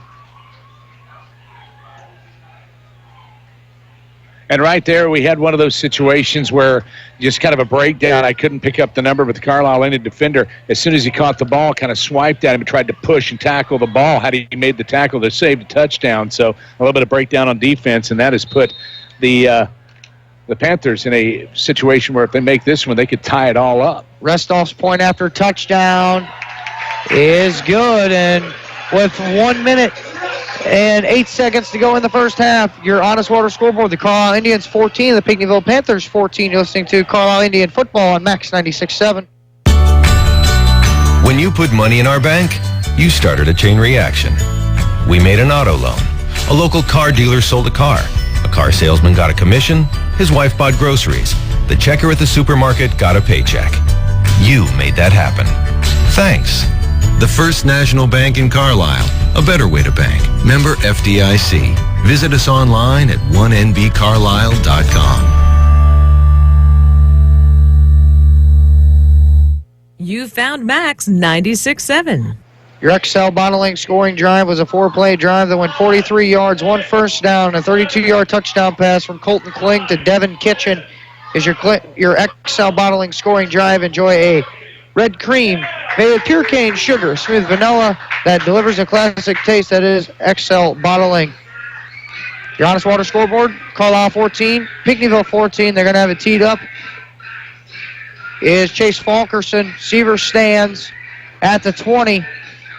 And so far, a little bit shocked up here in the Dairy King broadcast booth this evening, Mooseman. The Panthers come to play. The Carlyle Indians on the other side, outside of a pick six, have it. And, they did get the one touchdown off of the scoring drive, but I think we're going to see a different Carlyle Indians come out here after the half. Fulkerson kicks a squibber right down the middle at the 50, and it looked to be recovered by the Indians there. A little onside kick. Indians do recover it. So they'll take over on their fifth possession on their own 50-yard line, or on the 50-yard line, I should just say. 1:07 to play, and I kind of see that here in the first half. We get that squib kick. You never know what's going to happen. And if nothing else, your defense has been able to stop the Carlyle Indians for the most part here tonight. Especially on this turf. You don't know what kind of bounce you're going to get. Yep. So I'm assuming here we'll see Berkner and the Indians offense trying to get in the end zone here before the half. They do get the ball to begin the second half to the Carlyle Indians. Dollar, handoff middle for Smith. Across midfield to the 48. Called a gain of 2 on the play. Chase Fulkerson on the stop for the Panthers. Second and 8 for the Indians. 2 receivers left in the pistol. And a false start on the running back there, I think. In the backfield, not Landon Smith, the guy lining up next to him. I think that's Vonderhaar, 45 maybe. I've got a procedure penalty in the backfield, so that's going to ratchet them back. So they step off 5 yards. They'll go to the 47. The Indians are back in their own territory. Call it now 2nd and 13 for the Indians. Now, they were tossing the flag back. I was like, what in the world? Another flag? But no, it was the referee and the back judge tossing it up. 2nd and 13 after they march that off. Fakes the quick screen. Dar sets up shop, throws a deep ball, and then Becker and the guy in the safety collide, and it falls incomplete. Becker, I think, tried to sell it a little bit on the PI because I think he knew he couldn't catch it. Yeah. I think it was an uncatchable ball, and they just kind of had a little bit of a collision there. No harm, no foul on that one. So, you're selling it earlier, that's one thing, got the call. But this one here, I don't think he was going to get the Oscar nod.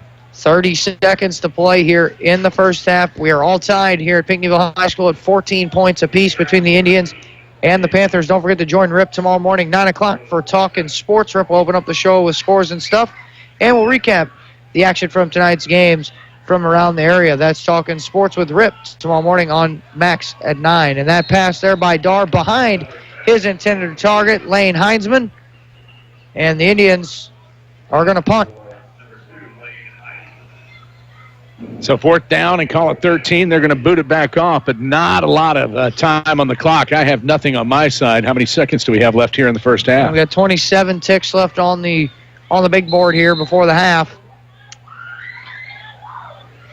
And the Indians will have to punt the football away once again here.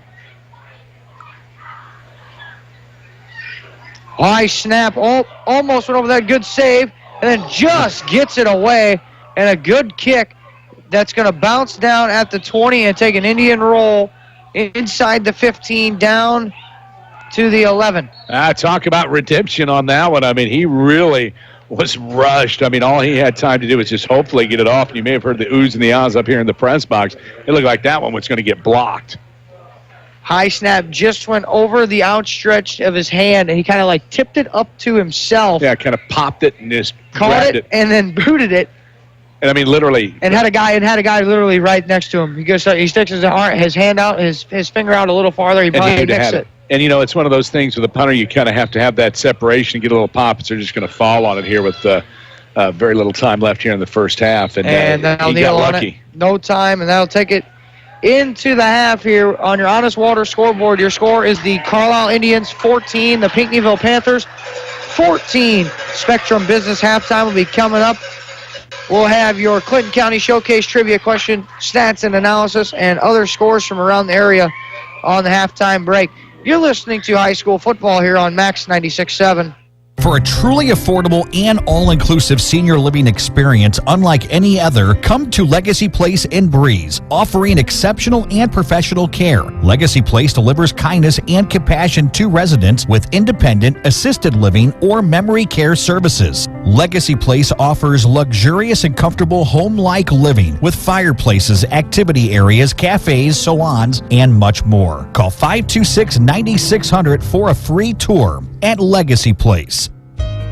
Ever wonder why most engagement rings in this area were chosen at Becker Jewelers? This is A.G. Becker, and it's true. Becker's is the first choice for bridal jewelry. One big reason is that no one, not even those big city stores with sky-high prices, offer you more choices than we do. I have more than 600 engagement rings in stock right now. And from the major designers like Hearts on Fire, Scott K, Gabriel, and Art Carve, to our own unique designs, Becker's has all the latest styles. Just as impressive as each amazing ring we offer is the fact that Becker's gives you all that style and all those choices, plus a bigger, more beautiful diamond in every price range. It's the combination of style and remarkable value that has made Becker's the #1 choice for 68 years.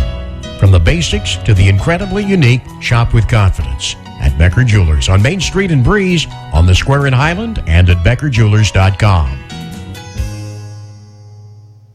Nordyke Funeral Home is thinking about your future and offers secure, pre-planned funeral arrangements, relieving the emotional burden for those you love, allowing you to express your own wishes, and assures peace of mind with financial concerns when your family needs it the most. Nordyke Funeral Home has 5 locations in Albers, Aveston, Breeze, New Baden, and now Carlyle. Visit NordikeFuneralHome.com or call 588-3533. Striving to earn your family's confidence and trust, Nordyke Funeral Home with 5 locations. Tanya Service Company would like to inform you of the best way to provide heating, cooling, and hot water for your new or existing home. It's the Water Furnace Geothermal System. There are many variables when installing a geothermal system. First, you want to make sure you have the Water Furnace brand, which is the most efficient unit on the market, coming in at 30 EER and a COP of 5, which separates it from any other geothermal unit. Second, Tanya's has factory-trained certified geothermal technicians with over 35 years of accumulated experience and are NATE certified. Finally, a reliable company that has been installing approximately 150 or better units a year and installing and servicing water furnace units for 22 years.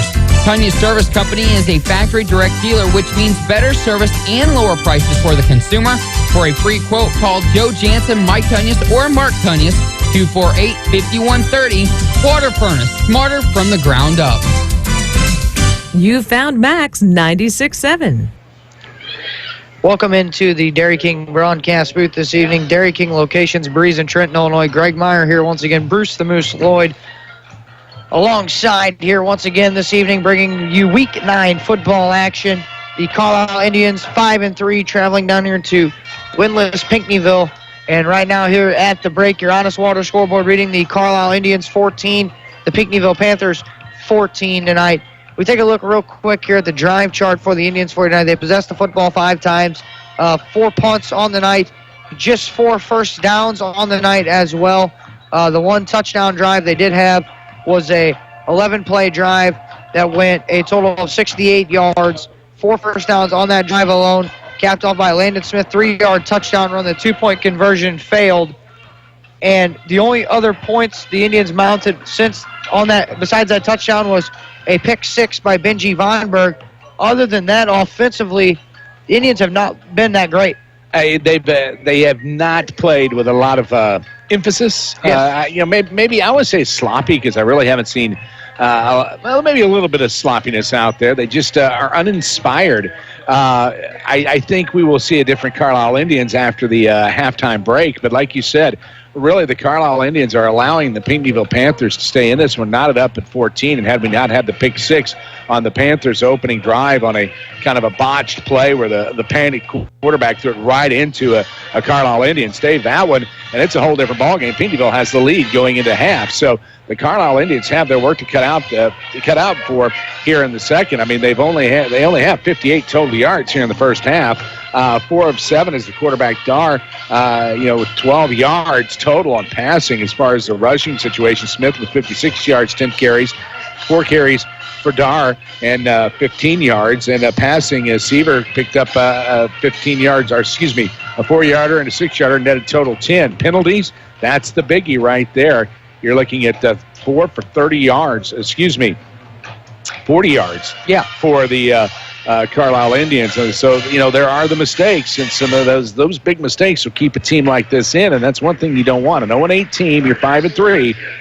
Honestly, not to be too crass, you don't want them to think they can beat you. Yeah. And they're not playing all that well themselves. I mean, 35 total yards of passing and rushing. So, I mean, just not a whole lot going on there. Excuse me, that was 35 total yards passing. As far as the rushing game is concerned, you got Klein with 38 yards, 12 yards for Downett, 3 yards for Rice, and a big 32-yard pass to Kitchen from Kling, and he is 2 of 4 from the air.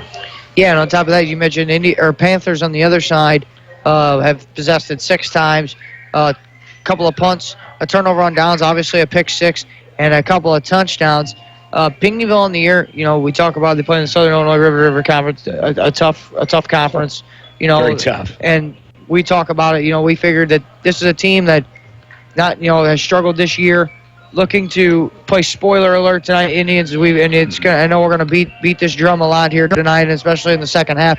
Got to win to get into the playoffs. Yeah. And the Panthers are thinking to themselves, well, why not get a big W here tonight in our first one of the season, last game of the year, senior night tonight. Yeah. Playing for a lot of reasons. A lot of pride. Exactly, and you got an opportunity to knock off a team who's trying to get to the postseason for the first time in 3 years, and in the first time in Chris Berkner's tenure, and they're playing, as you mentioned, a lot of pride tonight, and yeah, I think that's what you see, a lot of fight and drive out of this Panther team, much reason why they're in this football game. Got them fired up. They're on their home turf, and I mean, they're not going away. I thought, I'm sitting here thinking to myself, watching what's transpiring, a little anemic Carlyle on the offense, and the defense just not doing a lot of containment, some penalties thrown out there. I'm like, well, maybe this is just kind of they're just in a funk.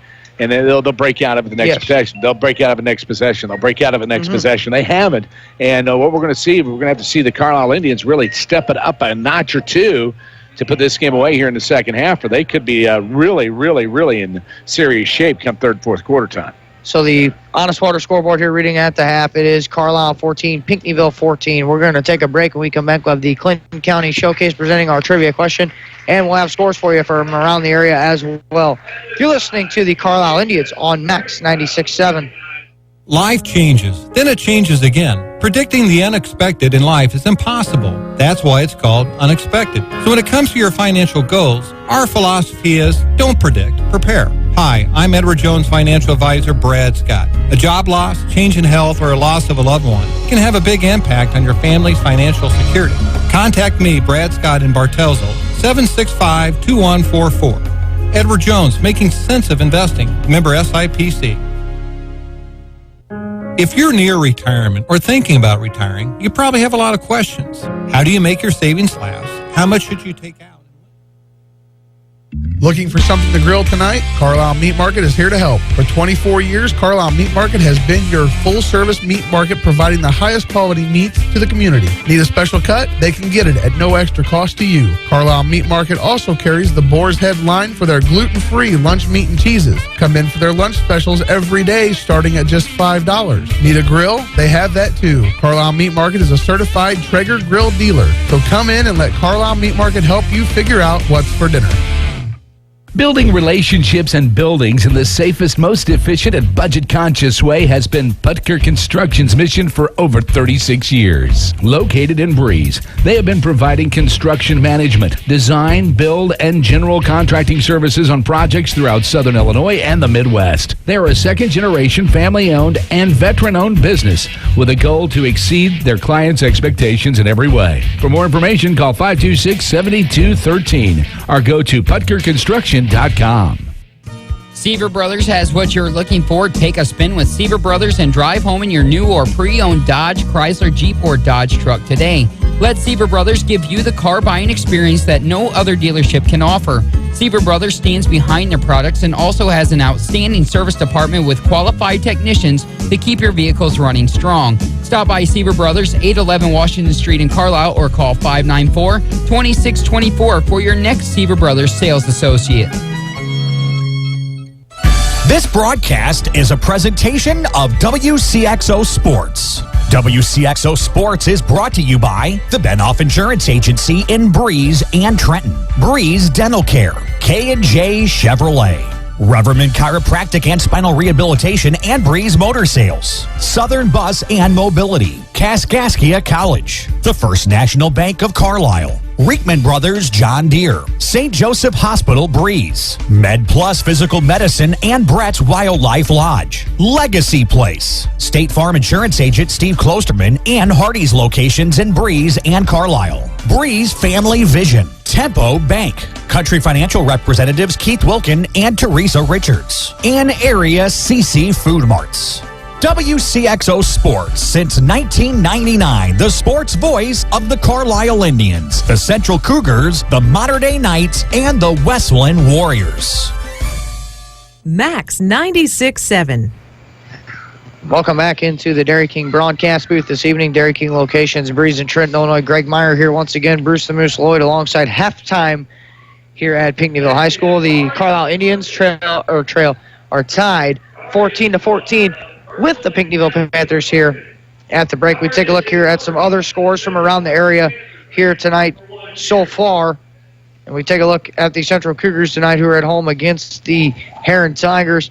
Heron leading 14-0. The Cougars need a win to get into the postseason. They trail the Tigers 14-0 on the last score update we got there. Westland 8-0. Looks like they will be 9-0, up 40-0 on Robinson tonight at home. Rick Johns and the guys look like they are going to punch their, obviously the ticket was already punched, but are going to finish the regular season strong here tonight as they lead 40-0 at home against Robinson. And momentum is going to mean a lot for Westland because as we talked, we talked to the some of the cats from the Union Banner. We were kind of kicking around pregame that they're right on that cusp. Are they going to be 3A? How are they going to mark that 2A, 3A? Where were they going to fall because of the attendance? So we're going to have to wait and see come tomorrow night at 8 o'clock where they're going to be. But man, that's nice going in on a strong note. You want to go perfect, but you're in the playoffs, you're good to go. But you really, if you're a coach, you don't want that loss to come on the last game of the season because you want momentum going into the playoffs. Mater Dei at Waterloo tonight. They trail 28-14. The Knights 2-6 on the year, and a down year for Jim Stiebel and the Knights. The Knights have missed the postseason for the first time in 13 years. At 3-5, Waterloo tonight. They're down 28-14. No update from Highland. They're taking on Charleston tonight. The Bulldogs are 8-0. Charleston 0-8 on the season. Muscuda 3-5 at Centralia 6-2. No score update there. Jerseyville last was leading Columbia 17-0. Eagles 5-3 on the road against Jerseyville, needing a win to possibly catapult them into the postseason as well. They are down 17-0. Triad leading Mount Zion 14-7. The Knights are 7-1 there. Mount Zion is 5-3. Mount Zion trying to play their way into the postseason as well. Triad leading by 7 there. Redbud was another 5-3 team in the Coquille Conference, another team that we have heard about and didn't really get any opportunity to see against our broadcast schools this year. Right. They lead Sparta 35-7, so it looks like Redbud's going to make it 5-3. They'll be 6-3 after their win tonight, so they are obviously separating themselves. And Carlinville tonight 8-0, playing at Greenville 5-3. No score update there. The Comets probably as well in a must-win situation to get into the postseason as well in 4A. Yeah, Comets, they have to win in the end for the Greenville folks. I mean, the contingent there, they have got to win if they have any shot at making the playoffs. So kind of a similar situation here with the Carlyle Indians, and it's going to be an extended halftime here as we did the senior nights for the football and the cheerleaders before the game. And here as we celebrate halftime with the marching band, they're doing senior nights for the Flag Corps and the marching band as well for the Pinckneyville Panthers. So we have about 6 minutes to go here before we resume the third quarter as far as the clock says, but they had it stop for a bit, and I guarantee you they're going to give these teams a little bit of time to warm up because I don't think the band is done performing. Yes, and you've heard us mention a lot tonight. Playoffs do begin next week. You can find all your playoff needs tomorrow night when it comes to the brackets. Obviously, IHSA.org is one place to look. You can also watch the live telecast of playoffs, as I mentioned, next week. We'll find out the brackets tomorrow night. They'll start in Class 1A at 8 o'clock, go all the way through 8A, find out where your teams are going to be. You can see that on NBC Sports Chicago or on NBCSportsChicago.com/IHSA Pairing Show, or on the NBC Sports app as well to get all your high school playoff needs. And once we find out, we're going to pass it along to you as fast as we can, as well as they come out tomorrow. Hopefully, we get 3 of our 4 broadcasts. We already know we got 1. Right. Hopefully, the other 2 guys can get a W tonight. Indians with the second half to play. The Cougars, obviously, in the mix of the late second quarter, almost halftime there. So they're kind of seeing. Hopefully, we get 3 of our 4 schools in next week. Obviously, we're doing what we can to pull for the Indians, but Cougar fans out there at home pulling for what they can. The Warrior fans are obviously all in ecstatic at home tonight, up 40-0 as well. So we're hoping to have 3 of our 4 teams make it to the postseason. It would be nice. And I mean, the Central Cougars, we've covered them on and off all season long. And the story of the Central Cougars, they find themselves behind, and they found themselves behind in the first game. They were behind in the second game as well. I mean, they played from behind and won. But since the Milk Bowl, the Cougars have been on a little bit of a downward spiral. The Mater Dei Knights kind of shut down the streak, and ever since then, it's been hard for them to find their sea legs. All right, so that'll bring us into our Clinton County Showcase trivia question here tonight, and we're gonna bypass the football. Okay. We're gonna go to baseball here tonight. Playoff baseball going on all over the area. Last night we had the 17th time, and I don't know if you knew this, in sports history last night that all 4 professional sports, major sports, played on the same night last night. On the same night. They had the NBA had started on Wednesday. Right. And Wednesday. They had games last night. The NHL had just started recently, had games last night. You had game 5 of the NLCS between the Dodgers and the Cubbies. Go Dodgers, go, I'm sure as everybody would like to say down here in First Southern time Illinois. since 88, right? Yeah. Man, you stole my trivia question. I'm going to have to look up another one, but that was going to be the trivia question of the night was, when was the last time the L.A. Dodgers, but Bruce hits it right on the head tonight. I'm sorry, man. That's okay. It was the last time the L.A. Dodgers have made it to the World Series, and yes, Bruce gave the answer away. It was 1988, but as well, they also had an NFL football game last night as well, Thursday Night Football. So imagine that, 17th time in sports history. And, you would think there's a bit of an overlap. It would happen more. You would think so because baseball starts goes so late. Hockey and the NBA starts so early that you would think it would happen more. But, yeah, that is your Clinton County Showcase trivia question. When was the last time the LA Dodgers were in the World Series? We'll have the answer for you on the other side of this break. It is 14-14 on your Honest Water scoreboard here tonight. Carlyle and Pinckneyville. Second half action will be coming up as well. You're listening to high school football on Max 96.7. Hello, my name is Michael Brave, Administrator of Clinton Manor Living Center in New Baden. And my name is Cheryl Smith, Director of Nursing. We are excited to announce that our newly remodeled nursing facility is now Medicare approved. We provide short and long-term nursing and therapy services. Our goal is to provide a comfortable and pleasant experience for your loved one by giving you highly qualified professional services by our caring and committed team. Give us a call at 588-4924. For over 50 years, Community Bank of Trenton has been serving the needs of local business. What others might call your small business is our big business. I'm Kyle Brigham, Vice President of Community Bank of Trenton, and I'd like to offer you better service. Maybe you deserve a lower interest rate. Maybe your checking account has too many service charges. Or maybe your bank just forgot what service really means. Give us a call, 224-9258, or check us out online at banktrenton.com. Community Bank of Trenton is locally owned, and we understand the needs of the local business owner. Equal housing lender, member FDIC. Hi, I'm Dr. Tim Draghi, a general dentist from Breeze, Illinois, who sedates patients with pills. I treat a lot of patients who have not been to the dentist in 10 to 20 years. Most had a bad experience as a child. Others are embarrassed to go or are concerned the dentist will scold them. We know these feelings are real and believe in listening to your problems and concerns. I will do all of this without putting you down or making you feel guilty. My team and I want to make a difference in the way you feel about dentistry. Please call me, Dr. Tim Draghi, at 526-2020 to schedule an appointment, or look at our website at breezedentalcare.com, where sedation dentistry is an option for you to take care of your teeth without anxiety. New in 2017, Dr. Draghi and Dr. Santel are in-network providers with many insurance companies. New patients are welcome and most emergencies seen immediately. If you are looking for a happy dental home and would like to talk to the insurance coordinator about your insurance options, Breeze Dental Care would be glad to help. Call 526-2020. Hi, this is Rich Knable, lending officer at Bradford National Bank in Highland. With over 30 years of banking experience, I'm ready to assist you with your entire commercial or agricultural lending needs in Highland or Madison County. For all your lending needs, from startups to expansions, from remodeling to equipment purchases, chances are Bradford National Bank has a program to meet your unique individual needs.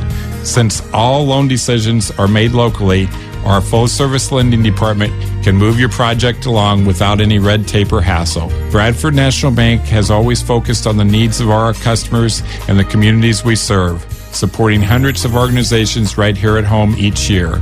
It just makes sense to bank locally. Call me today at 664-2200.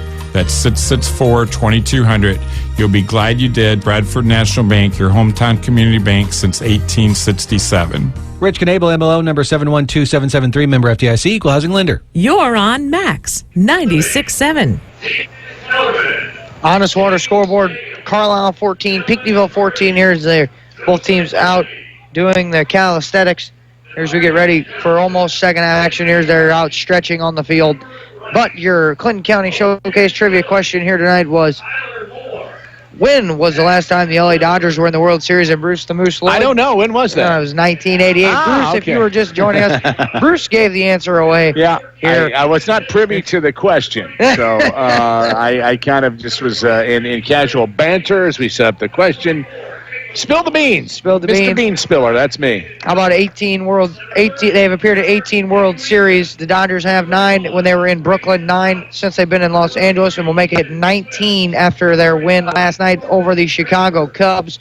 The winners still to be determined who they will face. They are in the mix of Game 6 right now, the American League Championship Series, and it is going to the top of the 5th between the Yankees and the Astros. There is no score in Houston, 0-0. That's a good series. It is. That is a very good series. You get a chance to watch a little American League Baseball. Yes. They've been banging around on each other, and everybody has been winning at home. Yeah, everybody wins at home. The Yankees have defended home turf when they went 3 straight at home. I'm sure a lot of people in the sports world looking for the so-called, I don't know if you've ever heard this, the Sports Illustrated cover boys. 2000, I believe it was 3 or 4 seasons ago, Sports Illustrated had the cover as the 4 Astro players in George Springer, Jose Altuve, and I'm trying to think of who else I believe was on there. There were the 4 young guys. Correa was another one. They had one more, and it was they called them the 2017 World Series champion. So trying to live up to that billing 4 years ago, trailing in that series 3-2 in a win or go home situation at Houston tonight. Yep, and and that's really weird, especially in baseball. You look at that, you get that home field advantage, and all you want to do is be able to at least bring one. Sweep at your place, bring one win home back to the Houston, and they couldn't quite pull it off. So they're under the gun, but both of those teams are just stellar. And here we go. We're getting ready here for second half action. We got some hot scores coming off here real quick for you coming in. Central just got an update from Central. Heron on top 35-0 at halftime. The Cougars will have to hopefully have a miracle in the second half to make the postseason. Yeah. Warriors up 40-0. No score has changed there. A score update as well. Mater Dei is trailing 35-21. That one nearing halftime down there. They are taking on a Waterloo tonight. 35-7. Redbud on top of Sparta. 14-7. Triad still on top of Mount Zion as well. 42-0. Highland on top of Charleston. Our latest scoreboard updates for you from around. And actually just a second ago again, Waterloo scored another late touchdown in the first half. 42-21 there in the second quarter. Yeah. So Mater Dei trailing on the road. So we get ready here for second half action. Bruce, want to get your thoughts here. Second half action, Carlyle possesses the ball to begin the second half. What are we looking for, the Idiots here in the second half? In your second half keys. Keys Brothers Realty and Auction Company keys to the second half. You got to stop the mistakes. You got to stop the penalties, and you've got to find some symbiosis on offense. I mean, they have been spotty, streaky at best. Like you were talking about the possessions. Out of the possessions, they scored once on an actual possession of the ball. Yes. The other one was a pick six. So you popped it on the end zone. How many times? Was it 5 times or 6? They've had 5 possessions. 5 possessions. Tonight. You score once, and the other was off of a pick six. So I know Coach Bertner was I bet animated. Yes. Nothing to say the least, because the Carlyle Indians are a better team than what they're showing here from the first half. Now they will be receiving the ball. Let's see how they adjust. And the one thing about it is you've let Pinckneyville get into their heads that they can play with you. Now you've got to dispel that myth right now if you want to win this game. And then on top of that, playing without Alex Hills, Caleb Dard did a tremendous job. He's filling in for the injured quarterback, doing a good job tonight in managing the offense, something that Carlyle didn't do at the beginning of the season. We had that run game. Now they got Landon Smith running the football at a higher level, and now if it's going to hopefully open things up for them in the second half, trying to get the ball outside to Nick Becker, who has no catches tonight, who had a touchdown catch last week. Becker on the season, 36 catches. So we'll see what happens here in the second half. A little pooch kick, and LaShawn Andrews calls a fair catch at the 42-yard line, and that's where the Indians will take their 6th possession here of the football game on their own 42-yard line. Indeed, and of course that pooch kick, he was good hands there. He waved for the fair catch immediately because they're going to have great field position. I'm not sure that that's the intent. Yes. But, they're there. Carlyle has some excellent field position, and now they need to crank that offense up. And, of course, Seaver only 10 yards catching on 2 receptions. You talked about trying to get Becker into the mix too. So, they've got the ability. Let's see if they can pull it off here from right to left on your radio dial, the Carlyle Indians. Pistol set, handoff for Smith off right tackle. And looks like maybe no gain. Gets back to the original line of scrimmage. Maybe 1, if anything, on that one. They do give him a yard. They got a Panther down here as the training crew comes out here just 15 seconds in here to the second half and attending to an injured Panther. We'll take a break here on Max. You're listening to high school football on Max 96.7. Your taste buds crave an old-fashioned burger. Your taste buds crave a Wally burger.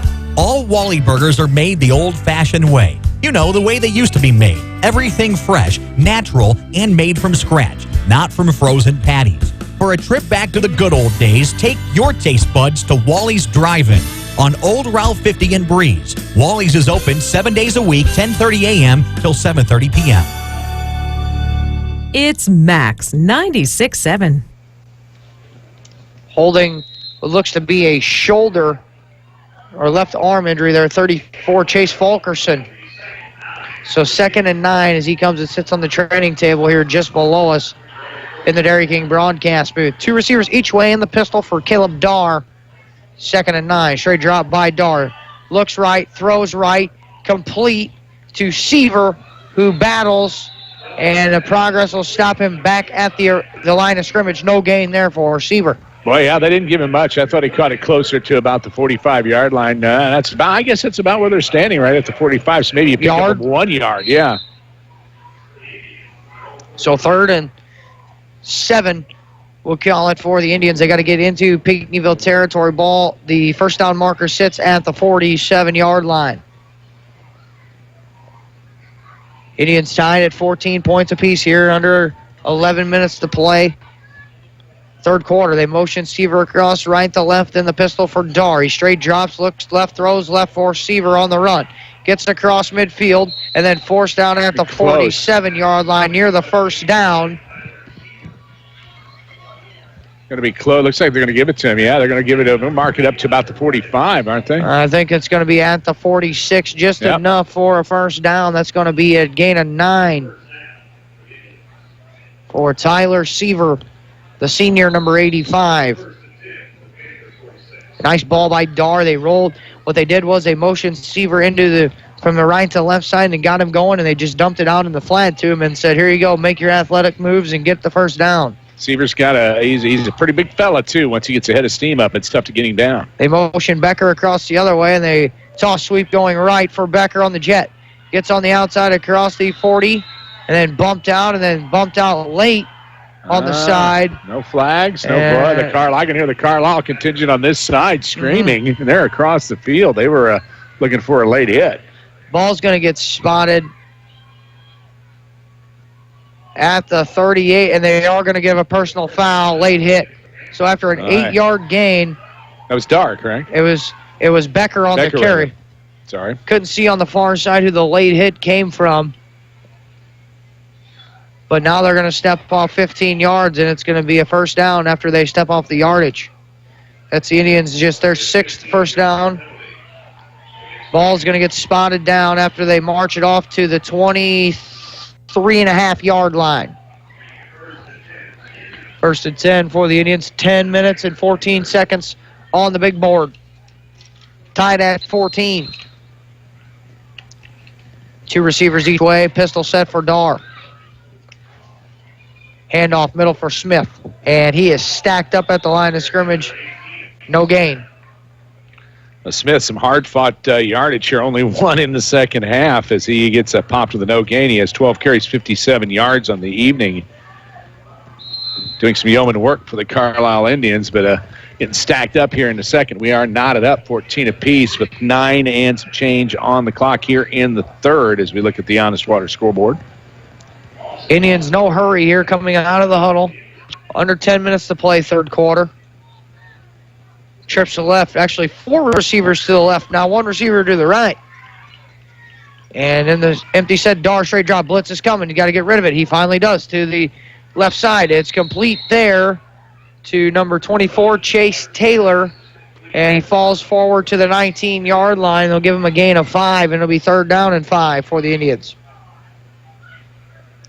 Darr not quite as strong of an arm as Hills, throwing against his body, but does enough to set up a 3rd and manageable here on the rollout after the blitz was coming. I like to see this as you get deep into the territory. You're knocking on the door. You actually are inside of the Seaver Brothers red zone, powered by X-Mark. Mo like a pro. X-Mark, score big with great savings at Seaver Brothers.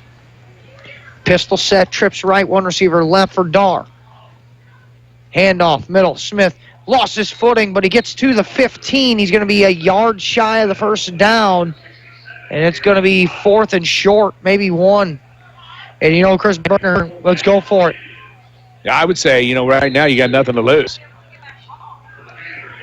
So 4th and 1. Ball marked at the 15. Got to get to the 14, maybe the 13.5. Or 14.5, sorry, check that. 13.5. So a yard and a half to go, we'll call it. Long yard. That's always what I used to say. It's close enough. Long yard. Exactly. Little over a yard. Eye back set. Under center goes Darr. Seaver split out right by himself. Fakes the handoff. Dusdar rolls out right. Flicks it into the flat. Complete for Vonderhaar. 10-5. Touchdown, Indians.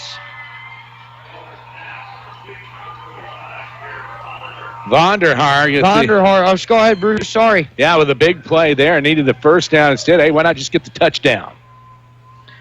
That's a 15-yard pass variety to Vonderhaar, and the Indians have scored for the second time in 6 possessions tonight, and they will elect to go for 2 here, up 6.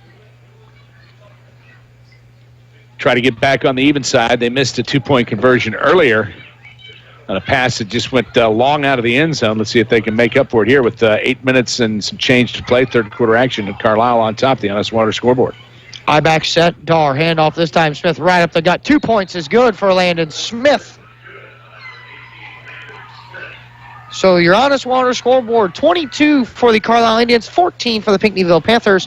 You're listening to the Carlyle Indians here on Max 96.7. Continuing a fine tradition handed down from Antone Coke in 1877, Antone's Concessions and Catering proudly delivers an experience in food service that's second to none. No matter what the occasion, Antone's Concessions and Catering offers a wide selection of menu items that are guaranteed to please. Call 618-830-1579 to place your order. For more information online, Antone'sConcessionsandCatering.com.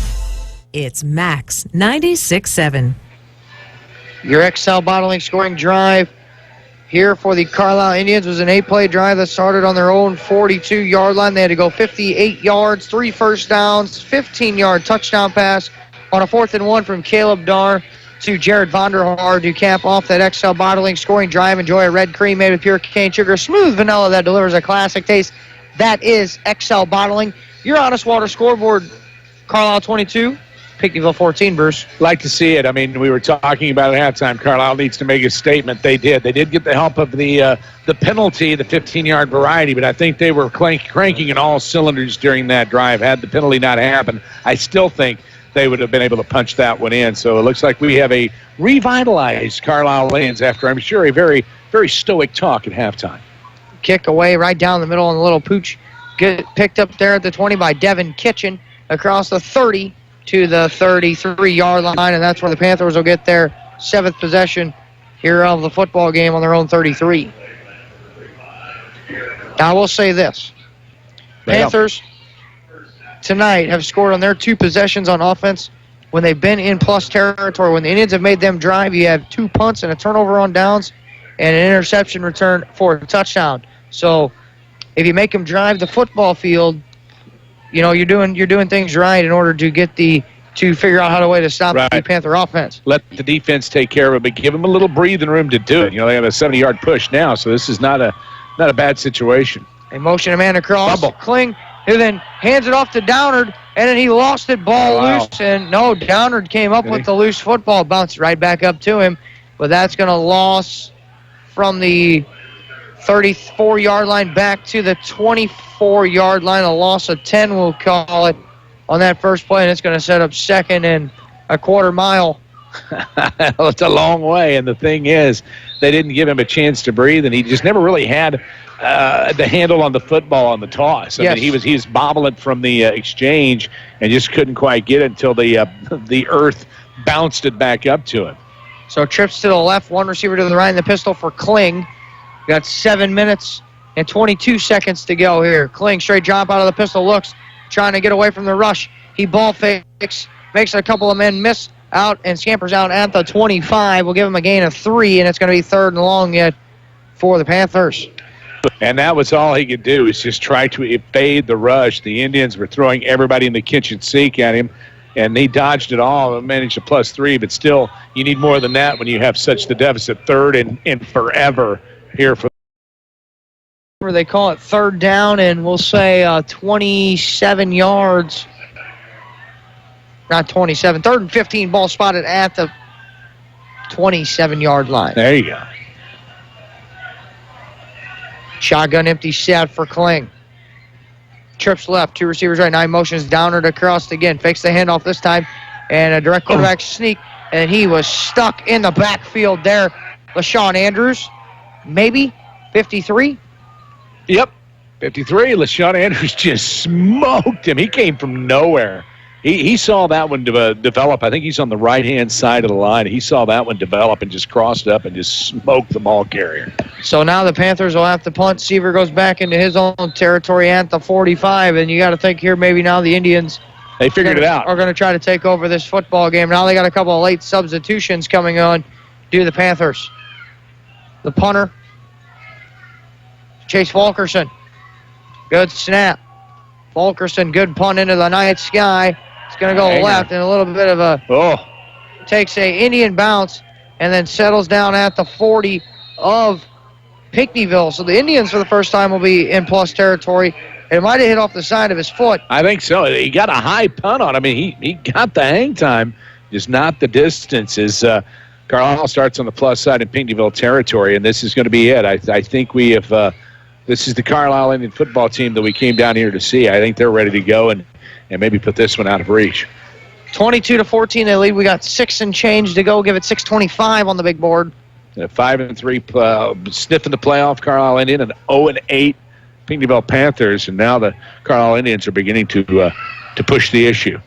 They go pistol set here now for Dar, and a design quarterback draw up the gut, and we'll get a yard or 2 on the design quarterback draw for Dar. Yeah, looks like gave him a yard on that one.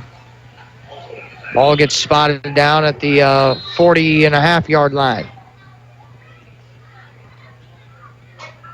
Indians here slowing the pace of play down as we get under 6 minutes in the third quarter. And a good contingency of Carlyle Indian fans have made the trip down 127 tonight. The crossroads here in the booth. Pistol set for Dar, 2 receivers each way in the shotgun. Straight drop. He looks left, throws left. And a one hopper to Nick Becker, and it falls incomplete. Just didn't quite get enough vinegar on that one. And it's going to be 3rd and 9 up and coming now for the Indians. We'll say this, Hill's cleared to play this week, but Coach Berkner figured not enough time for practice. Give the reins to Dar, who's played really well last week, has done his job tonight in keeping the Indians where they're at. A touchdown pass tonight and some groundwork as well.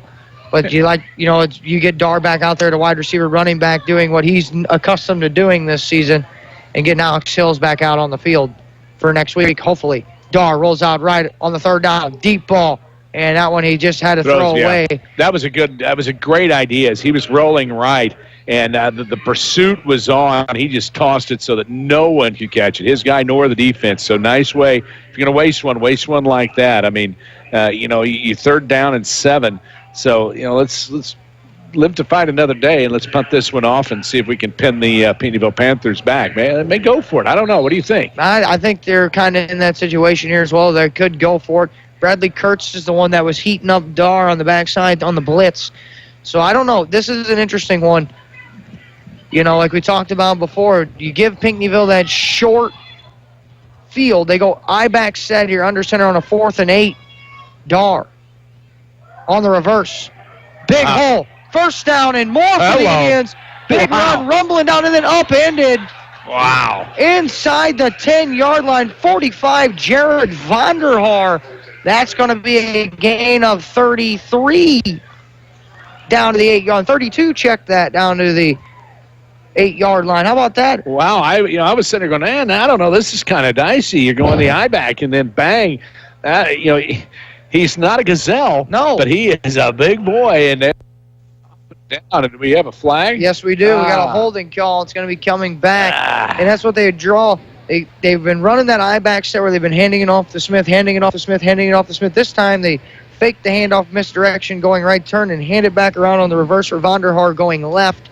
Big hole, and he ran. And now I think we're going to see him go ahead and punt. Yeah, we've got 5 penalties for 45 yards. That's going back a ways. So that's going to put him on a 10-yard. I think it might have been maybe we missed a personal foul. It must have been a personal. Something happened. That ball gets spotted all the way back in Indian territory at the 39-yard line. So that would be and the referee actually, sorry to interrupt your point, Bruce, is over there talking to Chris Berkner right now as we speak. So that's a 30-yard penalty? If it occurred in the backfield, Maybe, I don't know. It must have occurred way behind the play. That's interesting. I'm not sure. I don't understand that, because if it's count on it's 10, that's a 20. It's a 20-yard penalty.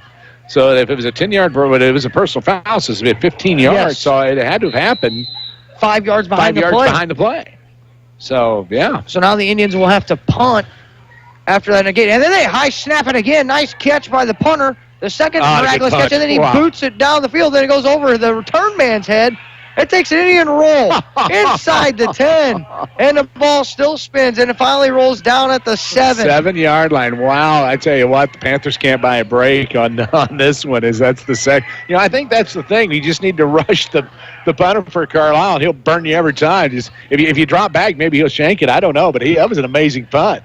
2 times. That's the 2 times he's done that, man. He's got the heat on him, and he drilled it. He's had 1 punt go 13 yards, and this has had 2 punts go over 50 when he's been when he's been under pressure. You gotta love it. No thinking, just snap do it over my head. Just gotta get rid of it. Yeah, gotta get rid of it.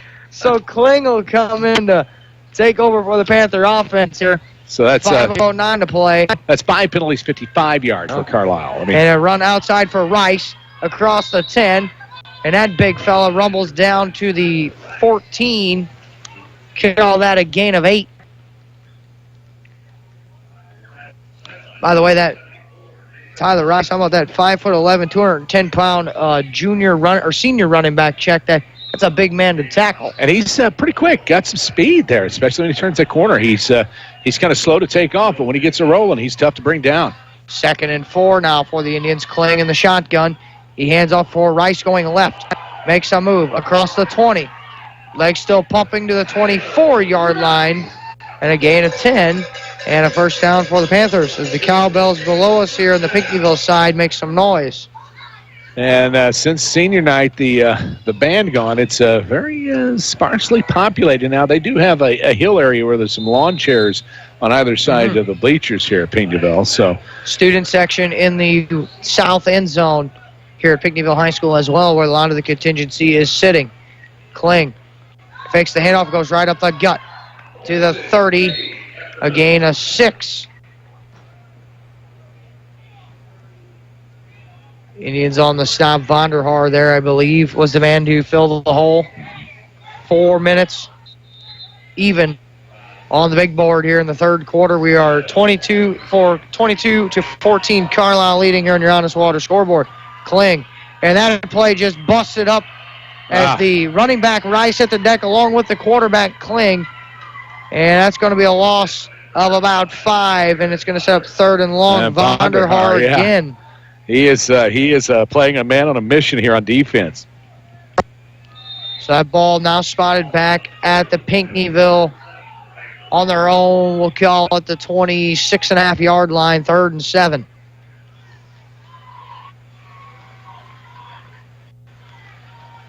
So the old adage, 3rd and 7, the Carlyle Indians holding here. They had him pinned back deep, but seems to be working for the Indians so far. Flare screen out for Rice. The refs finally do blow that dead. A couple of Indians ran after the football, and the referee did blow it dead. So it'll be a 4th down and 7 for the Panthers, who will look to punt here with 3:10 to play, third quarter. So Severs is going to take a long walk back to his own territory across the 45. Now he'll stand at the 40. Falkerson, who's had some booming punts tonight, had a mishap on his last punt. This time he punts a good one, and it hangs up for Seaver. Takes a bounce, and it'll roll down to the 36-yard line. That's where the Indians will take over. 8th possession for the Indians on their own 36. So we'll see now what the Indians do. They had the short field, couldn't score on the last possession. They went 3 and out on a punt. They had a good play set up shop at 1st and goal, but it was called back for a holding call, maybe a personal foul that we didn't see behind the play. That had to have been a personal foul because it was marked off about 35 yards behind the line of scrimmage. So, first down, pistol set, Dar, straight drop. and then rolls around. Cuts it up the middle. Gets what he can get to the 39, a gain of 3. And Indians here, with an 8-point lead, 2:45 to play in the third quarter, need to sustain a long drive here to definitely put the Panthers away. Yeah, right now, I mean, you get in the end zone one more time, and you continue your defensive stand, and it's all over but the crying. I mean, I know you got it now, but you want that insurance, that little icing on the cake, burn the clock with a drive, and it's assured a victory for the Carlyle Indians. 2 receivers each way, pistol for Dar. Straight drop. He looks left, throws left. Complete. Nick Becker makes a move across the 45-50. 45-40, and then tackled at the 38. That's going to be a gain of 23 and a first down. Riggins, the last man in defense for the Panthers, makes the stop at the 38-yard line, and the Indians have moved into plus territory now.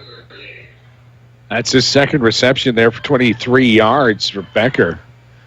Nice play, showing some good speed down this near sideline too, and it was he broke a couple of tackles, had 1 or 2 more to break, and he would have been to the house. 2 minutes to play here, third quarter. And it's pistol for Dar, 2 receivers each way for the Indians here. Dar takes a good snap. He looks right, stands in the pocket, throws a deep ball down the middle. Got it. Seaver, that's going to be an Indian touchdown. 38-yard touchdown pass, and I can say this, no flags on the field. Thank goodness. And a 38-yard touchdown pass to number 85, Tyler Seaver from Caleb Dar. Right down the middle, Bruce. Wide open. And it was Seaver. He caught him in stride. He didn't have to slow down a bit, and that's what really extended it out. I mean, hey, a score is a score. It doesn't matter if you take some time off the clock or not. You get a big one like that, you can't look that gift horse in the mouth. 28-14, taking a look at the Honest Water scoreboard. Indians will line up to go for 2 with a 2-touchdown lead, up by 14 under center. Dar fakes the handoff, rolls out left, throws left, complete. Vonderhaar, 2 points will count. And the Indians now lead 30-14. Your Honest Water scoreboard says you're listening to the Carlyle Indians on Max 96.7. Prairie Farms Dairy helps build strong bodies and strong minds. Prairie Farms Dairy offers the finest dairy products like skim milk, slice and string cheese, sour cream, cottage cheese, flavored yogurts, light ice cream, and more. Take charge of your body and get your daily source of vitamins and minerals from the products you've come to love from Prairie Farms Dairy. You can always count on Prairie Farms.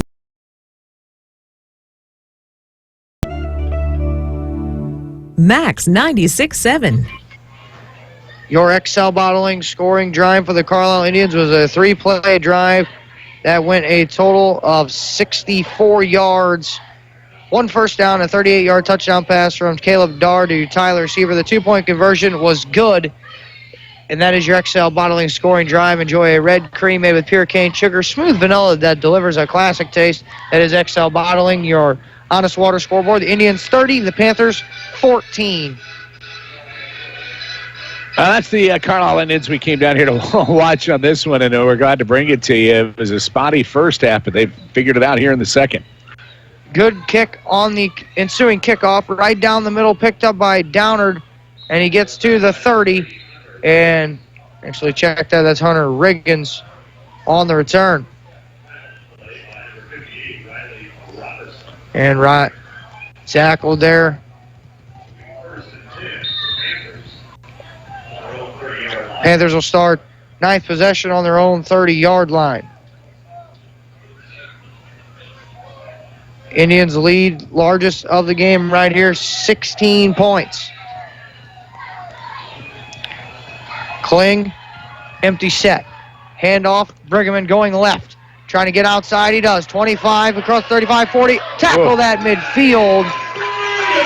Brigham will get into plus territory after a gain of 22 yards and a first down. Trying to get the number of the defender who was able to snag it. On the far side, I think that'd be Lane Heinzman on that far side, maybe even number 3, Nick Becker. Yeah, not sure. Becker or Heinzman was one to shoelace tackle into that one. I believe that's Heinzman on the far side, Bruce. Now that Becker comes out on this side. Empty set for Kling. Trip receivers right, 2 receivers left. Motions a man across. He keeps it right up the middle. breaks a tackle, makes a man miss, and then tackled at the original line of scrimmage. Holding him up, and you got to give him that. Just a couple of breakdowns on the Indians, just kind of tackling a little bit high. He's got that low center of gravity. You're going to have to go for the waist and below if you're going to get him down. I think they rule no gain there, Bruce. It's going to be 2nd and 10. A lot of work for nothing for that young man. Yes, sir. 45 seconds to go here in the third quarter. Indians up 30-14 here. It'll be 2nd and 9. Give him a short one there, the way it looks. 2 receivers each way. Rice trying to get outside. Makes a man miss. Cuts it across. Makes a man miss there at the 30. Breaks another tackle down to the 20. Down to the 26-yard line. A gain of 22 for Tyler Rice, and another first down for the Pinckneyville Panthers. They're trying to tackle up high. I mean, you cannot do that. You're going to have to get that young man down low. They're trying to tackle the shoulder pads. You need to be eyeballing the hips or right into that midsection in the belly to try to get him down. So the Panthers nearing that Seaver Brothers Equipment red zone. They motion Brigham across. He takes the handoff. 25. He makes a cut up the gut there, and then driven back after a gain of a couple. He gets to the 23. Give him 3 yards as the horn sounds. And after 3 quarters of play, your Honest Water scoreboard is the Carlyle Indians 30, the Pinckneyville Panthers 14. You're listening to high school football on Max 96.7. Thinking about buying a home? Call Jason. Have questions about getting a mortgage loan? Call Jason. Looking for the best option for mortgage loans in Clinton County? Call Jason. Who's Jason? Jason Ashford is your Clinton County mortgage loan expert at the Bank of Edwardsville. Call Jason, 973-2971. Jason Ashford, Clinton County resident and mortgage loan specialist at the Bank of Edwardsville. Member FDIC, equal housing lender. NMLS number 624000. Has the weather taken a toll on your driveway, sidewalk, or patio? Beckman's Concrete can help. They offer the best concrete flat work around. Beckman's Concrete is in Bartelzo at 8211 Trummy Road, and they've got concrete forms in all sizes for rent. Need wider steps to make it easier for company? A patio for those barbecuing days this summer? Or any type of concrete work? Call 765-2441 for Beckman's Concrete, 8211 Trummy Road in Bartelzo. Max 96.7. Welcome back to the Dairy King broadcast booth here tonight. Dairy King locations, Breeze and Trenton, Illinois. Greg Meyer, Bruce the Moose. Ready here for the fourth quarter of tonight's football game. The Week 9, the final game of the regular season. Playoffs will be ensuing next week. Who's in and who's out after tonight, we'll find all that good stuff out tomorrow night, 8 o'clock. Indians trying to play their way in. They lead by 16. It's going to be 2nd and 7 for the Pinckneyville Panthers. We begin the fourth quarter. They flip the field. It'll be going towards the north end zone. Kling, handoff, Rice going right. Trying to find Ole, cuts it across the 20, up to the 15. Makes another move down to the 12. That's going to be a gain of 11. And a Pinckneyville first down. So now the defense began to wobble just a little bit, allowing that end-round run to work for Pinckneyville. That's the second time here that's burned them on a fairly large gainer. First down and 10, ball marked at the 12, empty set for Kling. He motions a man across, fakes the handoff, runs to the right, goes the quarterback Kling, and then he is forced out of bounds after we'll give him a gain of 1.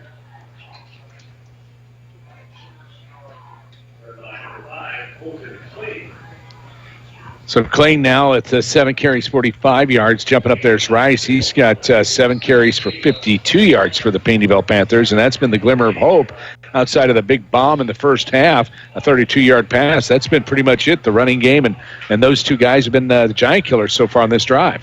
Handoff right for Brigham makes a tackle at the 10, keeps the legs churning. And give him a yard on that, maybe. Yep, I think so. A yard will be that. And third down and 7. They can get a first down inside the 3. So bend, don't break type of scenario for the Carlyle Indians defense. You think they'll hear Pinckneyville 2 downs to score or 2 downs to get a first down nonetheless. Motion a man across. Kling looks, surveys, got to get out of there. Oh. He does, and then he's ushered out on the sideline there. Right about the line of scrimmage, wasn't by it? Lane Heinzman. Flag flew in behind the play. We'll check that. Might be a hold in that general area. Yep. Illegal block in the back. No, it is a illegal block in the back. On the Panthers.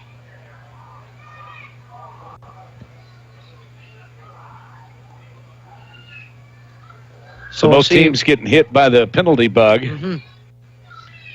55 yards and penalties on 5 for Carlyle. So we'll wait for the umpire to step it off. Legal block in the back, accepted penalty. And that's going to march off 15. All the way back to the 23-yard line. Clock will roll. Trips right, 2 receivers left. Empty set. Motions a man across. Kling rolls out right. Got Hot heat. pursuit. Throws it up for grabs and knocked away in the back end. Trying to get a number there. Benji Vonberg, Yeah, maybe? I believe that is. Number 4, Benji. Benji Vonberg. He had the big pick 6 and now broke one up there that would have been a touchdown for the Panthers. So now to be 4th down, and we'll call it 20. So a bit of a self-destruction on this drive for Pinckneyville. They look to be knocking on the door, at least putting it close to the end zone, but a big block in the back penalty set them back. So Kling looks over to the sideline, gets the puppies organized. He's got 2 receivers right, 2 receivers to the left. Motion a man across in the pistol. Straight drop, looks, throws down the middle, and broken up at the last second. Again, that might have been Vonberg on the coverage. And turn it over on downs to the Pinckneyville Panthers, and the Indians will take over. So again, bend don't break, and that's a good thing.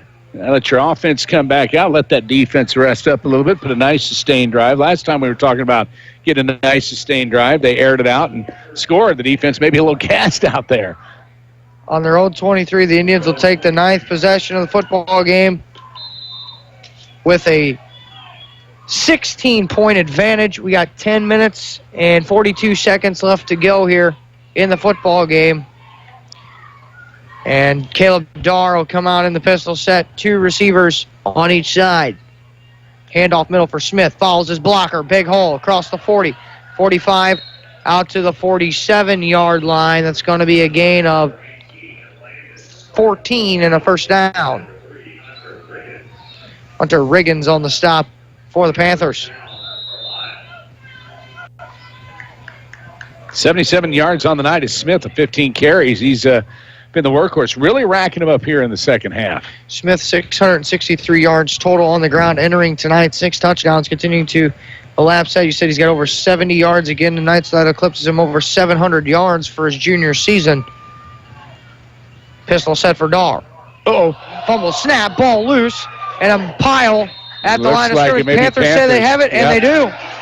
And that snap came in hard and fast, a little bit low, bounced right out of Darr's hands and shot right back into the line of scrimmage where the Panthers just pounced.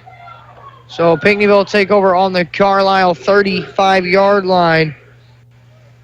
As I've said this tonight as well once or twice, the Panthers in plus territory have scored their 2 touchdowns tonight. When they start the drive in the plus territory, they go, and this, guess what? Plus territory. And they go pistol for Kling. 2 receivers each side. Straight drop for Kling. He looks left, throws up, ball tipped. Intercepted by Vonderhaar. And he's got the cavalry out in front. Across the 45. Across midfield. And they got no flags down.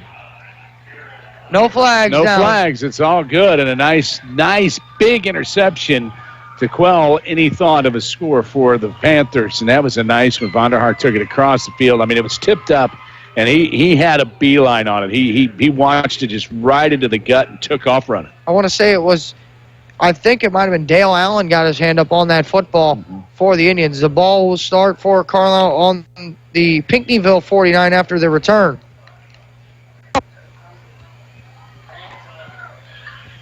So both teams exchange a turnover. And the Indians will take over in the pistol set. Good snap, Dar. Quarterback run. Big hole, 45-40. Breaks a tackle, 35-30. 25. Rides a couple of tacklers down to the 21-yard line. That's going to be a gain of 28 and a first down for Caleb Dar. 9:46 to play here in the football game. First and 10, the Indians just outside that Seaver Brothers Equipment red zone.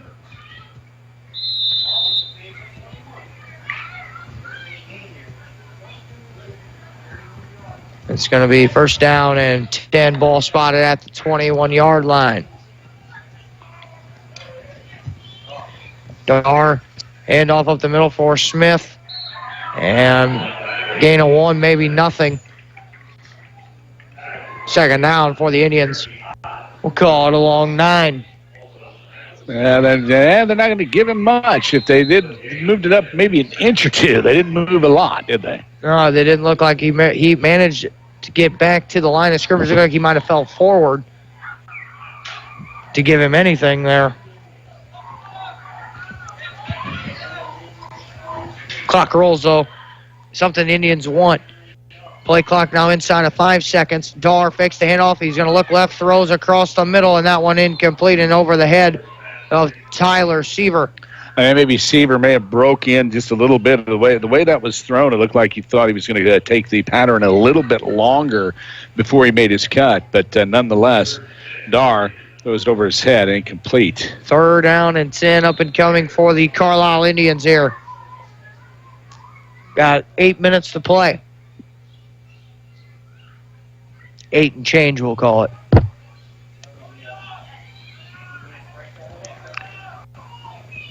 Indians got to get up to the line of scrimmage. 10 seconds on the play clock, now 9.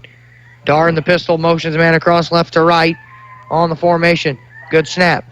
Looks, picks up the blitz. He's got to get out of there. He finally does, and he's sacked from behind.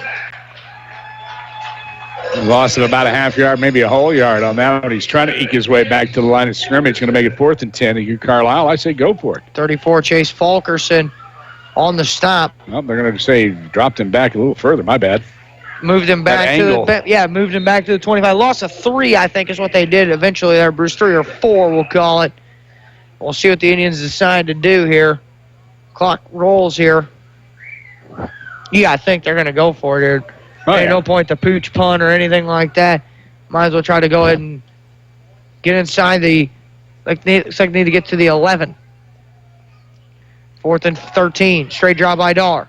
Looks, throws a bomb, high arcing pass to the end zone. Seaver like a basketball player in there for a rebound and a touchdown. No flags.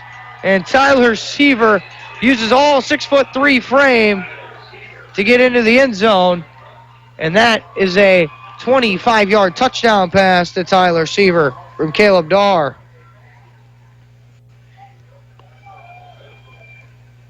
And the Indians have extended their lead now, 36-14. And the Indians will line up and go for 2.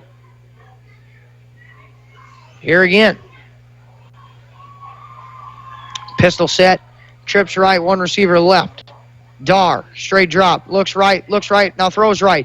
Complete. Landon Smith makes a juke move in the open field and makes a 2-point conversion, and the Indians extend the lead 38-14. You're listening to high school football here on Max 96.7. Buckman Milk Calling is a family-run business that strives for a reputation of friendly attendance and outstanding service to Clinton County and the surrounding communities. Whether rain or shine, Buckman Milk Calling is a dependable company with a large fleet of trucks and a team that guarantees delivery of your precious cargo. Buckman Milk Calling has served local farmers for over 65 years and wants to thank you for your business. Buckman Milk Calling, 95 North Germantown Road in Breeze. Call 526-7162. This is Max 96.7. Your XL Bottling scoring drive for the Carlyle Indians. 5 plays, 49 yards, 1 first down, and a 25-yard touchdown pass from Caleb Darr to Tyler Seaver. That is your XL Bottling scoring drive. Enjoy a red cream made with pure cane sugar, smooth vanilla that delivers a classic taste. That is your XL Bottling scoring drive. Your Honest Water scoreboard, Carlyle Indians 38. You know what I'm thinking? Panthers 14, Bruce. I'm thinking the Carlyle Indians are going to be in the playoffs. I'm thinking so, too, the way it's going here. Still got 7 minutes and change to play here in this football game, but barring some kind of catastrophe, the Indians are going to be 6-3. Fumbled kickoff at the 15, picked up there. Makes a move across the 25, 20, now up to the 30. Bounces off another tackler to the 37. Ryan Brigham. And the Panthers will have their 11th possession on their own 37-yard line. So we'll see that Carlyle bend but don't break defense again. Here we got what? 7:49, is that right? We'll call it, 7:49, Bruce. So we'll see now if the Indian defense can get another stop. 2 receivers right, 1 receiver left. Kling hands off for Rice, going right. Trying to make a move at the 30. Now he's going to try to reverse field and get away. And a good block by his quarterback springs him across the 40 to the 45 near the first down for Tyler Rice. We'll call it a gain of 9. Ran about 100 yards for that 9 yards. Ran right. It was bottled up. 5-yard loss he would have had. He turns around, reverses field, goes left, and he gets a first down. They give him 10. Almost the width of the field. About 10 yards shy of running the width of the field one way, then coming back and darn near right here at midfield on this side. So by that time, I would have been out of breath. He tried to give me the oxygen tank. Yep, that'd have been done. I'd have fell down and just took the 5-yard loss. They motion a man across here in the pistol. Kling right up the gut across the 50. And to the 47-yard line. A gain of 5. Clock will roll on. Spectrum Business post-game show coming up. Tin Pin and Teak Mall presents our next broadcast. We're going to have a playoff football game next week. Westland Warriors have gone final, 9-0. They finished. They won 47-7 tonight at home over Robinson. Rice on the handoff from Kling, no gain. None. He got stacked him up right at the line of scrimmage and slung him backwards, but it was a no gain. Also have scores analysis. We'll have scores from around the area. We'll have the analysis stats of this football game. Don't forget as well to join Rip Nottmeyer tomorrow morning, 9 o'clock for Talking Sports. Bruce Rip will open up the show with scores and stuff. We'll recap the action from tonight's games from around the area. That's Talking Sports with Rip tomorrow morning at 9 o'clock right here on Max. He will have Chris Berkner and Jim Stiebel on tomorrow morning. The legendary Rip. 2 receivers each way for Kling. Hands off right for Brigham. Breaks a tackle in the backfield. Keeps the feet going 50, 45, and then tackled at the 43. And the Carlyle Indians first down. Sorry, Bruce. The Carlyle Indians are going to have to stop arm tackling up high. That's been the story of their defense. That one there would have been a loss. Now you're looking at a 4th and 1 for the Pinckneyville Panthers. Just to break down mentally for the defense, no big deal. Just reinforce, man. You got to hit them right in the chest or lower to drive those runners down. 5-yard gain there for Brigham, and Kling will motion across, try to give him the jump off sides, and he gets the Indians to jump off sides, because you know how we know that? Because we are lined up directly with the line of scrimmage in our window here in the broadcast booth. There wasn't a twitch nor itch on the Panthers, so it's going to go all against Carlyle, so it's going to be first down Pinckneyville. Panthers will move the sticks for their second first down on this drive. Here tonight as my roster start falling off the back of my clipboard.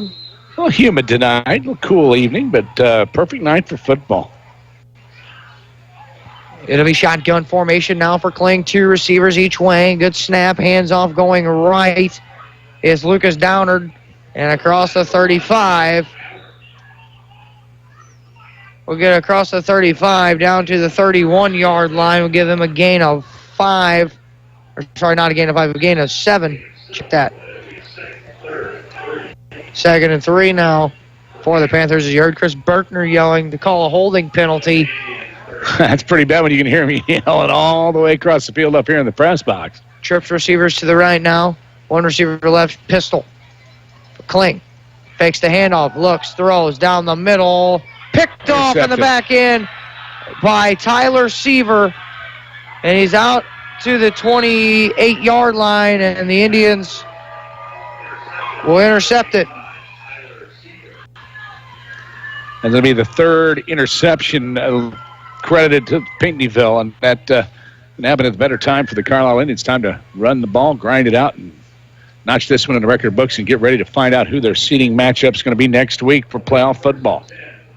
Indians will start on their own 28-yard line. As we mentioned, playoffs will be next week. And you can find out, obviously, where the brackets are on IHSA.org when they come out. They have a selection show tomorrow night at 8 o'clock on NBC Sports Chicago, or you can find that on NBCSportsChicago.com/IHSA pairing show, or on the NBC Sports app. Dar, handoff up the middle, and again a 1 for 23,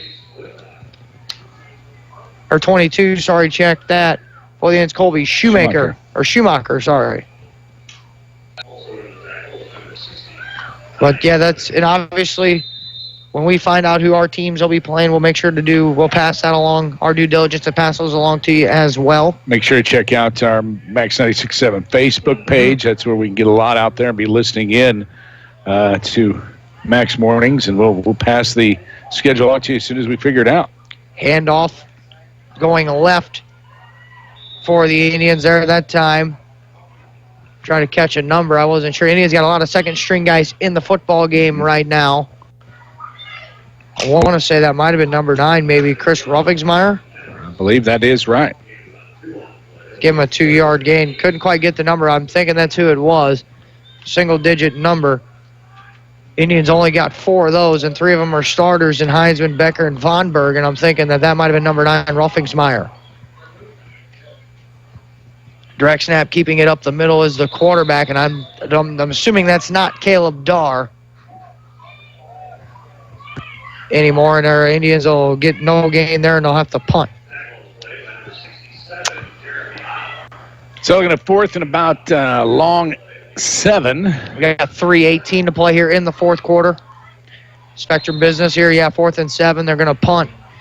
Panthers send a couple of guys deep. Indians are going to be 6-3 on the finish the regular season, and the opportunity to play in the Class 2A playoffs, which is where we're thinking they're going to end up. The ball touched dead down at the 40. I think they're going to mark it at the 47-yard line. Yeah. So ball be on their own 47 to begin their 11th or their 12th possession. It'll be all speculation of where the Indians play. We talked up here with Union Banner, Matt Wilson.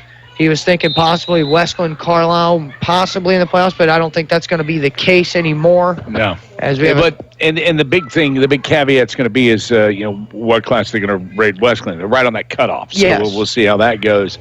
I believe if I was a betting man, I would say Carlisle's going to be heading north. Heading north. That's what the rumor had. Chris Berkner was thinking even teams, and when I've talked to other coaches outside of our.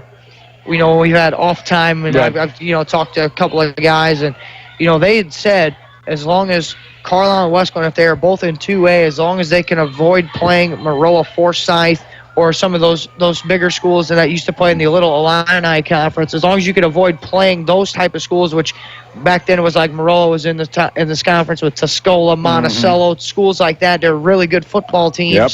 As long as they could have avoided those draws, that they would win some games in the postseason as long as they don't have to go around Maroa. But when I talked to Coach Berkner on the field before the game, he said, Greg, Maroa might be a team we might have to draw the first week. There's a good chance they'll have to do that. A very good 2A powerhouse that we know.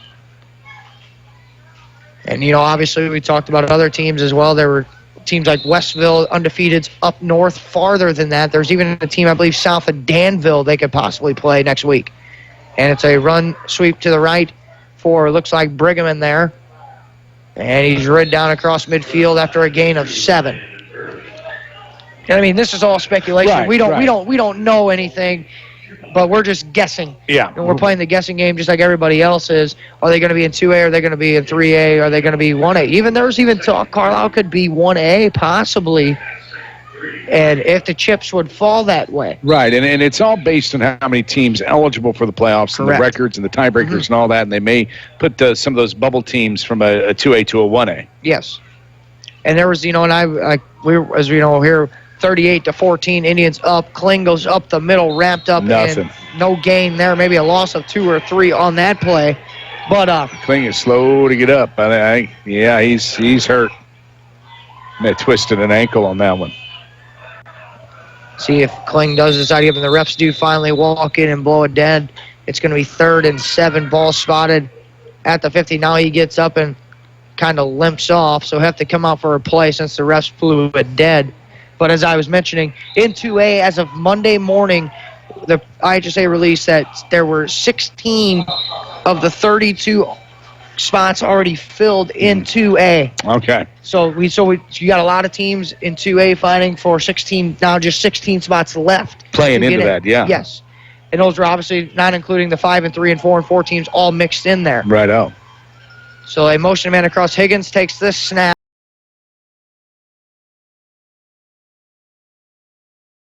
Yard line, that's going to be a gain of 26. And Brigham and a Panther first down here with 1 minute and 33 seconds to go in the football game. Panthers right back up to the line of scrimmage.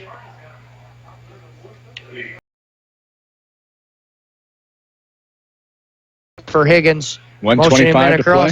And the ball goes on the turf, picked up though by Higgins. He gets a friendly bounce, and he gets to the 25-yard line, a loss of 1 or 2 on the play. Looks like they're just going to let the clock roll out. No timeouts here. Looks like 1:08 to play in this one. Looks like Carlyle now. We get the whistle to set everything up. Yeah. Play gets blown in here. We're going to have the Spectrum Business post game here for you. Christopher Berner just got the ice treatment on the far sideline. He gets another one as well as the ice shower. Berkner will be the first time in his career at Carlisle High School, and this is just his 3rd season, will make the postseason. As they mentioned, the aforementioned Bruce Lloyd mentioning the Gatorade showers on the far side have already began. The Indians will be 6-3. They will make the IHSA playoffs here as well. They will join the Westland Warriors as the IHSA playoffs. And a couple Clinton County schools punching their ticket for postseason. Low snap for Riggins. He rolls out left, keeps it going up the gut, makes a move at the 10, gets inside the 5, near the 5-yard line, a first down, a pickup of 8.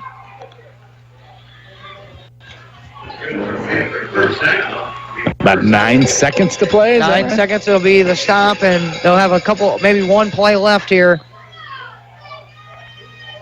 Panthers not giving up. They're trying to nose it into the end zone. One last time here. Riggins rolls out to the left. He's going to make a scramble move as the horn sounds, and Riggins hits the deck after a 4-yard gain. And that's the end of the football game here tonight. Your final score on your Honest Water scoreboard, the Carlisle Indians 38, the Pinckneyville Panthers 14. The Spectrum Business postgame show is coming up. You're listening to high school football here on Max 96.7. The Spectrum Business postgame is coming up. This high school football broadcast on Max 96.7 was brought to you in part by Isaac Auto Body, the Community Bank of Trenton, Beckman Concrete, Antone's Concessions Catering and Bakery, Carlyle Meat Market, Edward Jones Representative Brad Scott, Seaver Brothers Dodge Chrysler Jeep Ram, Clinton Manor Living Center, Buckman Milk Calling, Putker Construction, Breeze and Trenton Dental Group, Jason Ashford at the Bank of Edwardsville, Nordyke Funeral Home, Prairie Farms Dairy, Tunya Service Company, and by Becker Jewelers with locations in Breeze and Highland and always online at beckerjewelers.com. Farming is more than an occupation. It's a way of life. So when you want to protect your farm, it goes a lot deeper than protecting your crops, buildings, and machinery. You can't trust your farm protection to just anyone. You want an insurance company with decades of farm experience like Country Financial. We may have insured your parents' farm, even your grandparents' farm. Find out more about achieving financial security and farm insurance from me, Teresa Richards, or Keith Wilkin on Main Street in Breeze. A Shell expert is underwater to demonstrate the importance of protection. My partner will play your engine, menaced by performance-robbing gunk, and playing the engine gunk, 3 man-eating sharks. Don't worry, folks. This shark cage represents Shell nitrogen-enriched gasolines. Release the sharks!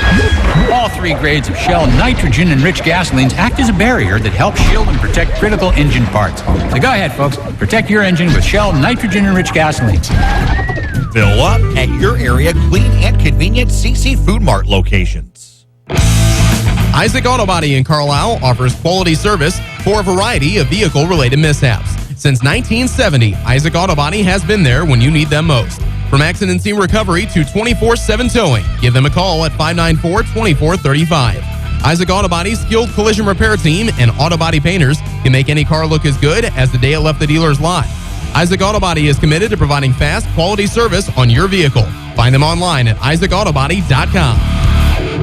What is one of the first things people notice about you? You guessed it, it's your teeth. Let Dr. Trong, Dr. Erickson, or Dr. Hilsman at Breeze or Trenton Dental Group give you a smile you can be proud of. Since 1995, Breeze and Trenton Dental Group has served the community with a family-friendly setting. Breeze and Trenton Dental Group is also your Invisalign provider. They offer cosmetic treatments to improve your smile, as well as tooth implants. Schedule your appointment today in Breeze at 526-4233 or Trenton at 224-7129. You've got Max 96.7. Your final score on your Honest Water scoreboard tonight, the Carlyle Indians 38, the Pinckneyville Panthers 14. Welcome back to the Spectrum Business Postgame Show. Greg Meyer, Bruce the Moose Lloyd alongside here at the Dairy King broadcast booth tonight here at Pinckneyville High School. Indians showed up tonight needing a W, got the W, punched their ticket to the postseason for the first time in 3 years with a 38-14 victory tonight. They had me nervous. I mean, there in the first half, you look at your total, your rushing yards at 53, or total yards rather at 53 at the half, and they came back around and really changed that up. 105 passing yards. Quarterback Darwood said 10 of 15 from that, 105 yards through the air and 232 total yards. Leading the way rushing was Smith with 77 yards, 30 yards for Dar, 35 for Becker. Had a nice breaker there. And as far as the leading passer, you had Seaver with 83 yards and 6 receptions, 15 yards for Tyler, and Becker snagging a 22-yarder. So the Carlyle Indians did a wonderful job, and you guys may want to mute your mic back at the studio. Yeah, the Indians, as mentioned, played tonight 38-14 Panthers. They had a tough year. They fall to 0-9 on the season. They came out, and I will give all the credit in the world to them. They came out, they played hard. Oh, yeah. They gave everything that they could to the Carlyle Indians, held them at stalemate in the first half, 14-14, and then the Indians just played a little bit better in the second half, and the turnovers eventually started to mount for the Panthers, and that's what ended up separating the score here. And highly motivated, I think you can say, is the Carlyle Indians. I mean, they were giving them a chance. I mean, Carlyle gave them an opportunity to get back into it. I mean, if you look at the penalties, I got 55 penalties for 55 yards. They had a fumble. And the other side of the coin, though, the turnovers were killing them. 3 interceptions for Pinckneyville and 1 for pick 6 early going first quarter. Yeah, and that's what happened tonight. The Indians just took advantage. They knew what they had to do. They got the W tonight here. 38-14 is your final score here tonight. We'll take another commercial break. When we come back, we'll have the out-of-town scoreboard update for you one last time, and we're going to wrap things up here for Pinckneyville High School. You're listening to the Carlyle Indians on Max 96.7. Get unhungry for only $5 at your Breeze and Carlyle Hardee's. Dig into the $5 All-Star Meal with 4 different meals to choose from, like the Charbroiled Double Cheeseburger and Spicy Chicken Sandwich, with natural cut fries, a fresh baked chocolate chip cookie, and a 20-ounce drink. Pick a $5 All-Star Meal today from your Breeze and Carlyle Hardee's, plus the entire Red Burrito menu. Get unhungry at your Breeze and Carlyle Hardee's. Stuck in a state of falling behind? Struggling to keep up with your kids, your finances, your insurance, your life? Then let me, State Farm agent Steve Klosterman, help you simplify and get to a better state. Because with the Klosterman Agency handling your auto, home, and life insurance, you'll have more time to handle everything else. More money, too, because adding State Farm policies can earn you discounts and actually help you get ahead. Call or email me, State Farm agent Steve Klosterman, and get to a better state with State Farm. When's the last time you had your eyes checked? Schedule an eye exam today at Breeze Family Vision Center or Lebanon Optometric Center. I'm Dr. Claire Thorpe-Klinsky, and if it's been more than a year, you might need a new prescription. If you use a computer regularly or are suffering from allergies, those both can be causes of eye strain or fatigue. Schedule a complete eye health exam today to find out if your eyes are healthy. We may be able to detect glaucoma and other eye diseases early. At Breeze Family Vision and Lebanon Optometric Center, we examine more than just your vision. Even the best drivers have an occasional mishap, from fender benders to serious auto accidents. Beacon Insurance and your local agency, Benhoff Insurance in Breeze and Trenton, keep you protected with an auto insurance policy that covers a wide range of mishaps. And you'll save money too with multi-car and multi-policy discounts, as well as good student, hybrid auto, and mature driver savings opportunities. Find out more about an affordable auto policy from Beacon Insurance. Call Benhoff Insurance in Breeze and Trenton at 526-4888. Hello, everybody. This is Rip reminding you to join me from 9 until 10 tomorrow morning. We're talking sports on Max 96.7. We cover it all on Talking Sports. We are the latest scores and headlines from the high school, college, and pro scenes, including those prep football results. We also bring you the top guests from the high school, college, and pro ranks. Tomorrow's guests are football coaches Chris Berkner and Jim Stiebel. So get off the bench and into the game. Tune in to Talking Sports at 9 tomorrow morning on Max 96.7.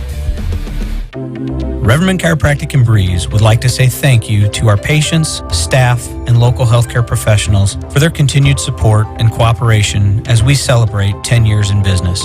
At Reverend Chiropractic, our focus is to work with you, the patient, and your other healthcare providers to deliver the best and most effective care possible. Please take advantage of our evening and weekend hours and call 526-4700 to schedule an appointment with Dr. Craig Reverman or Dr. Travis Isaac.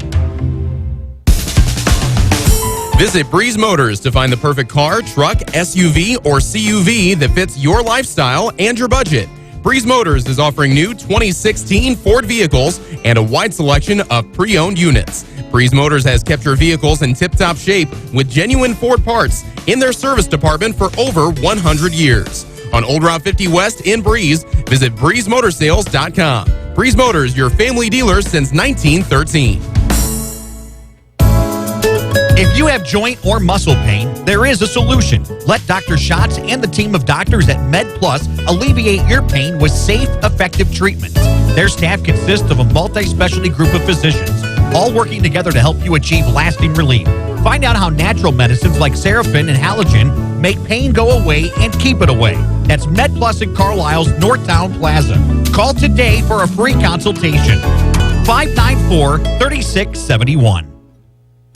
Good times are waiting at Brett's Wildlife Lodge and Winery, just north of Carlyle on Route 127. There's no better place to see live music than the Brett's Outdoor Stage, hosting bands every weekend. The kitchen at Brett's opens at 3 on Monday and Tuesday. They open for lunch at 11 Wednesday through Friday, and they have breakfast Saturday and Sunday starting at 8, with dinner available daily. Brett's Wildlife Lodge and Winery is a great spot for a meeting, a party, a get-together, or just to grab a bite to eat. Call 594-8830 or go to wildlifelodgeandwinery.com. Max 96.7. Welcome back into the Spectrum Business postgame show here tonight from Pinckneyville High School. The Carlyle Indians have punched their ticket to the postseason with a 38-14 victory here tonight. We'll take a look at the out-of-town scoreboard for you around the area. Heron over Central tonight, 49-0. The Tigers moved to 8-1. The Cougars, after starting out the season 4-0, lose 5 in a row and will miss the postseason for the first time in the last couple of years in Brian Short's tenure here tonight with a tough home loss on their senior night. The West Glen Warriors will move to 9-0 on the year with a 47-7 home victory over Robinson tonight. Mater Dei trailing Waterloo 42-21 was the last score update that we got there. Highland moves to 9-0 with a 63-6 victory final over Charleston. That team's going to be tough. Yeah. The Highland Bulldogs are going to be tough to beat in the playoffs. They moved to 9-0. Columbia was trailing Jerseyville 17-0. That was the last score of the day we had there. Triad moves to 8-1 on the year. The 21-7 road win over Mount Zion tonight. And Redbud looks like they're going to be in playoffs as well into moving to 6-3. They're up 48-13 late in the game against Sparta here tonight. So 2 of our 4 teams will be in the postseason. Both of us will obviously send our congratulations on very good seasons to Brian Short and Jim Stiebel on their fine years that they had. And we're going to have Carlyle and Westland both in the playoffs next week. If you want to know more about the postseason, as we've mentioned, they will begin next week. The bracket show tomorrow will start at 8 o'clock on NBC Sports Chicago, or you can find that on NBCSportsChicago.com/IHSA pairing show, or on the NBC Sports app. We will obviously, once we find out who our teams play, we will pass those along to you as well tomorrow.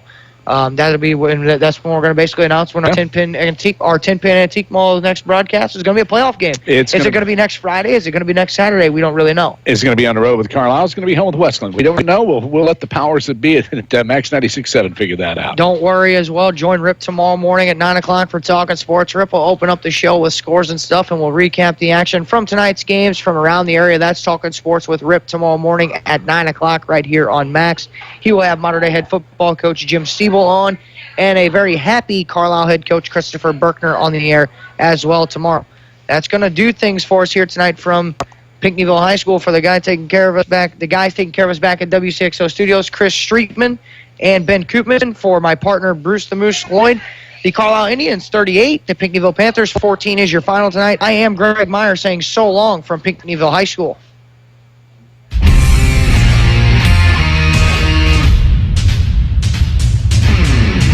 This broadcast of high school football on Max 96.7 was a presentation of WCXO Sports. WCXO Sports is brought to you by the Benhoff Insurance Agency in Breeze and Trenton, Breeze Dental Care, K&J Chevrolet, Reverman Chiropractic and Spinal Rehabilitation and Breeze Motor Sales, Southern Bus and Mobility, Kaskaskia College, the First National Bank of Carlisle, Reekman Brothers John Deere, Southern OBGYN Associates, St. Joseph Hospital Breeze, Med Plus Physical Medicine and Brett's Wildlife Lodge, Legacy Place, State Farm Insurance Agent Steve Klosterman and Hardy's locations in Breeze and Carlisle, Breeze Family Vision, Tempo Bank, Country Financial Representatives Keith Wilkin and Teresa Richards, and Area CC Food Marts. For Greg Meyer, Bruce the Moose Man Lloyd, and the entire WCXO Sports team, thanks for joining us for tonight's broadcast of high school football on Max 96.7.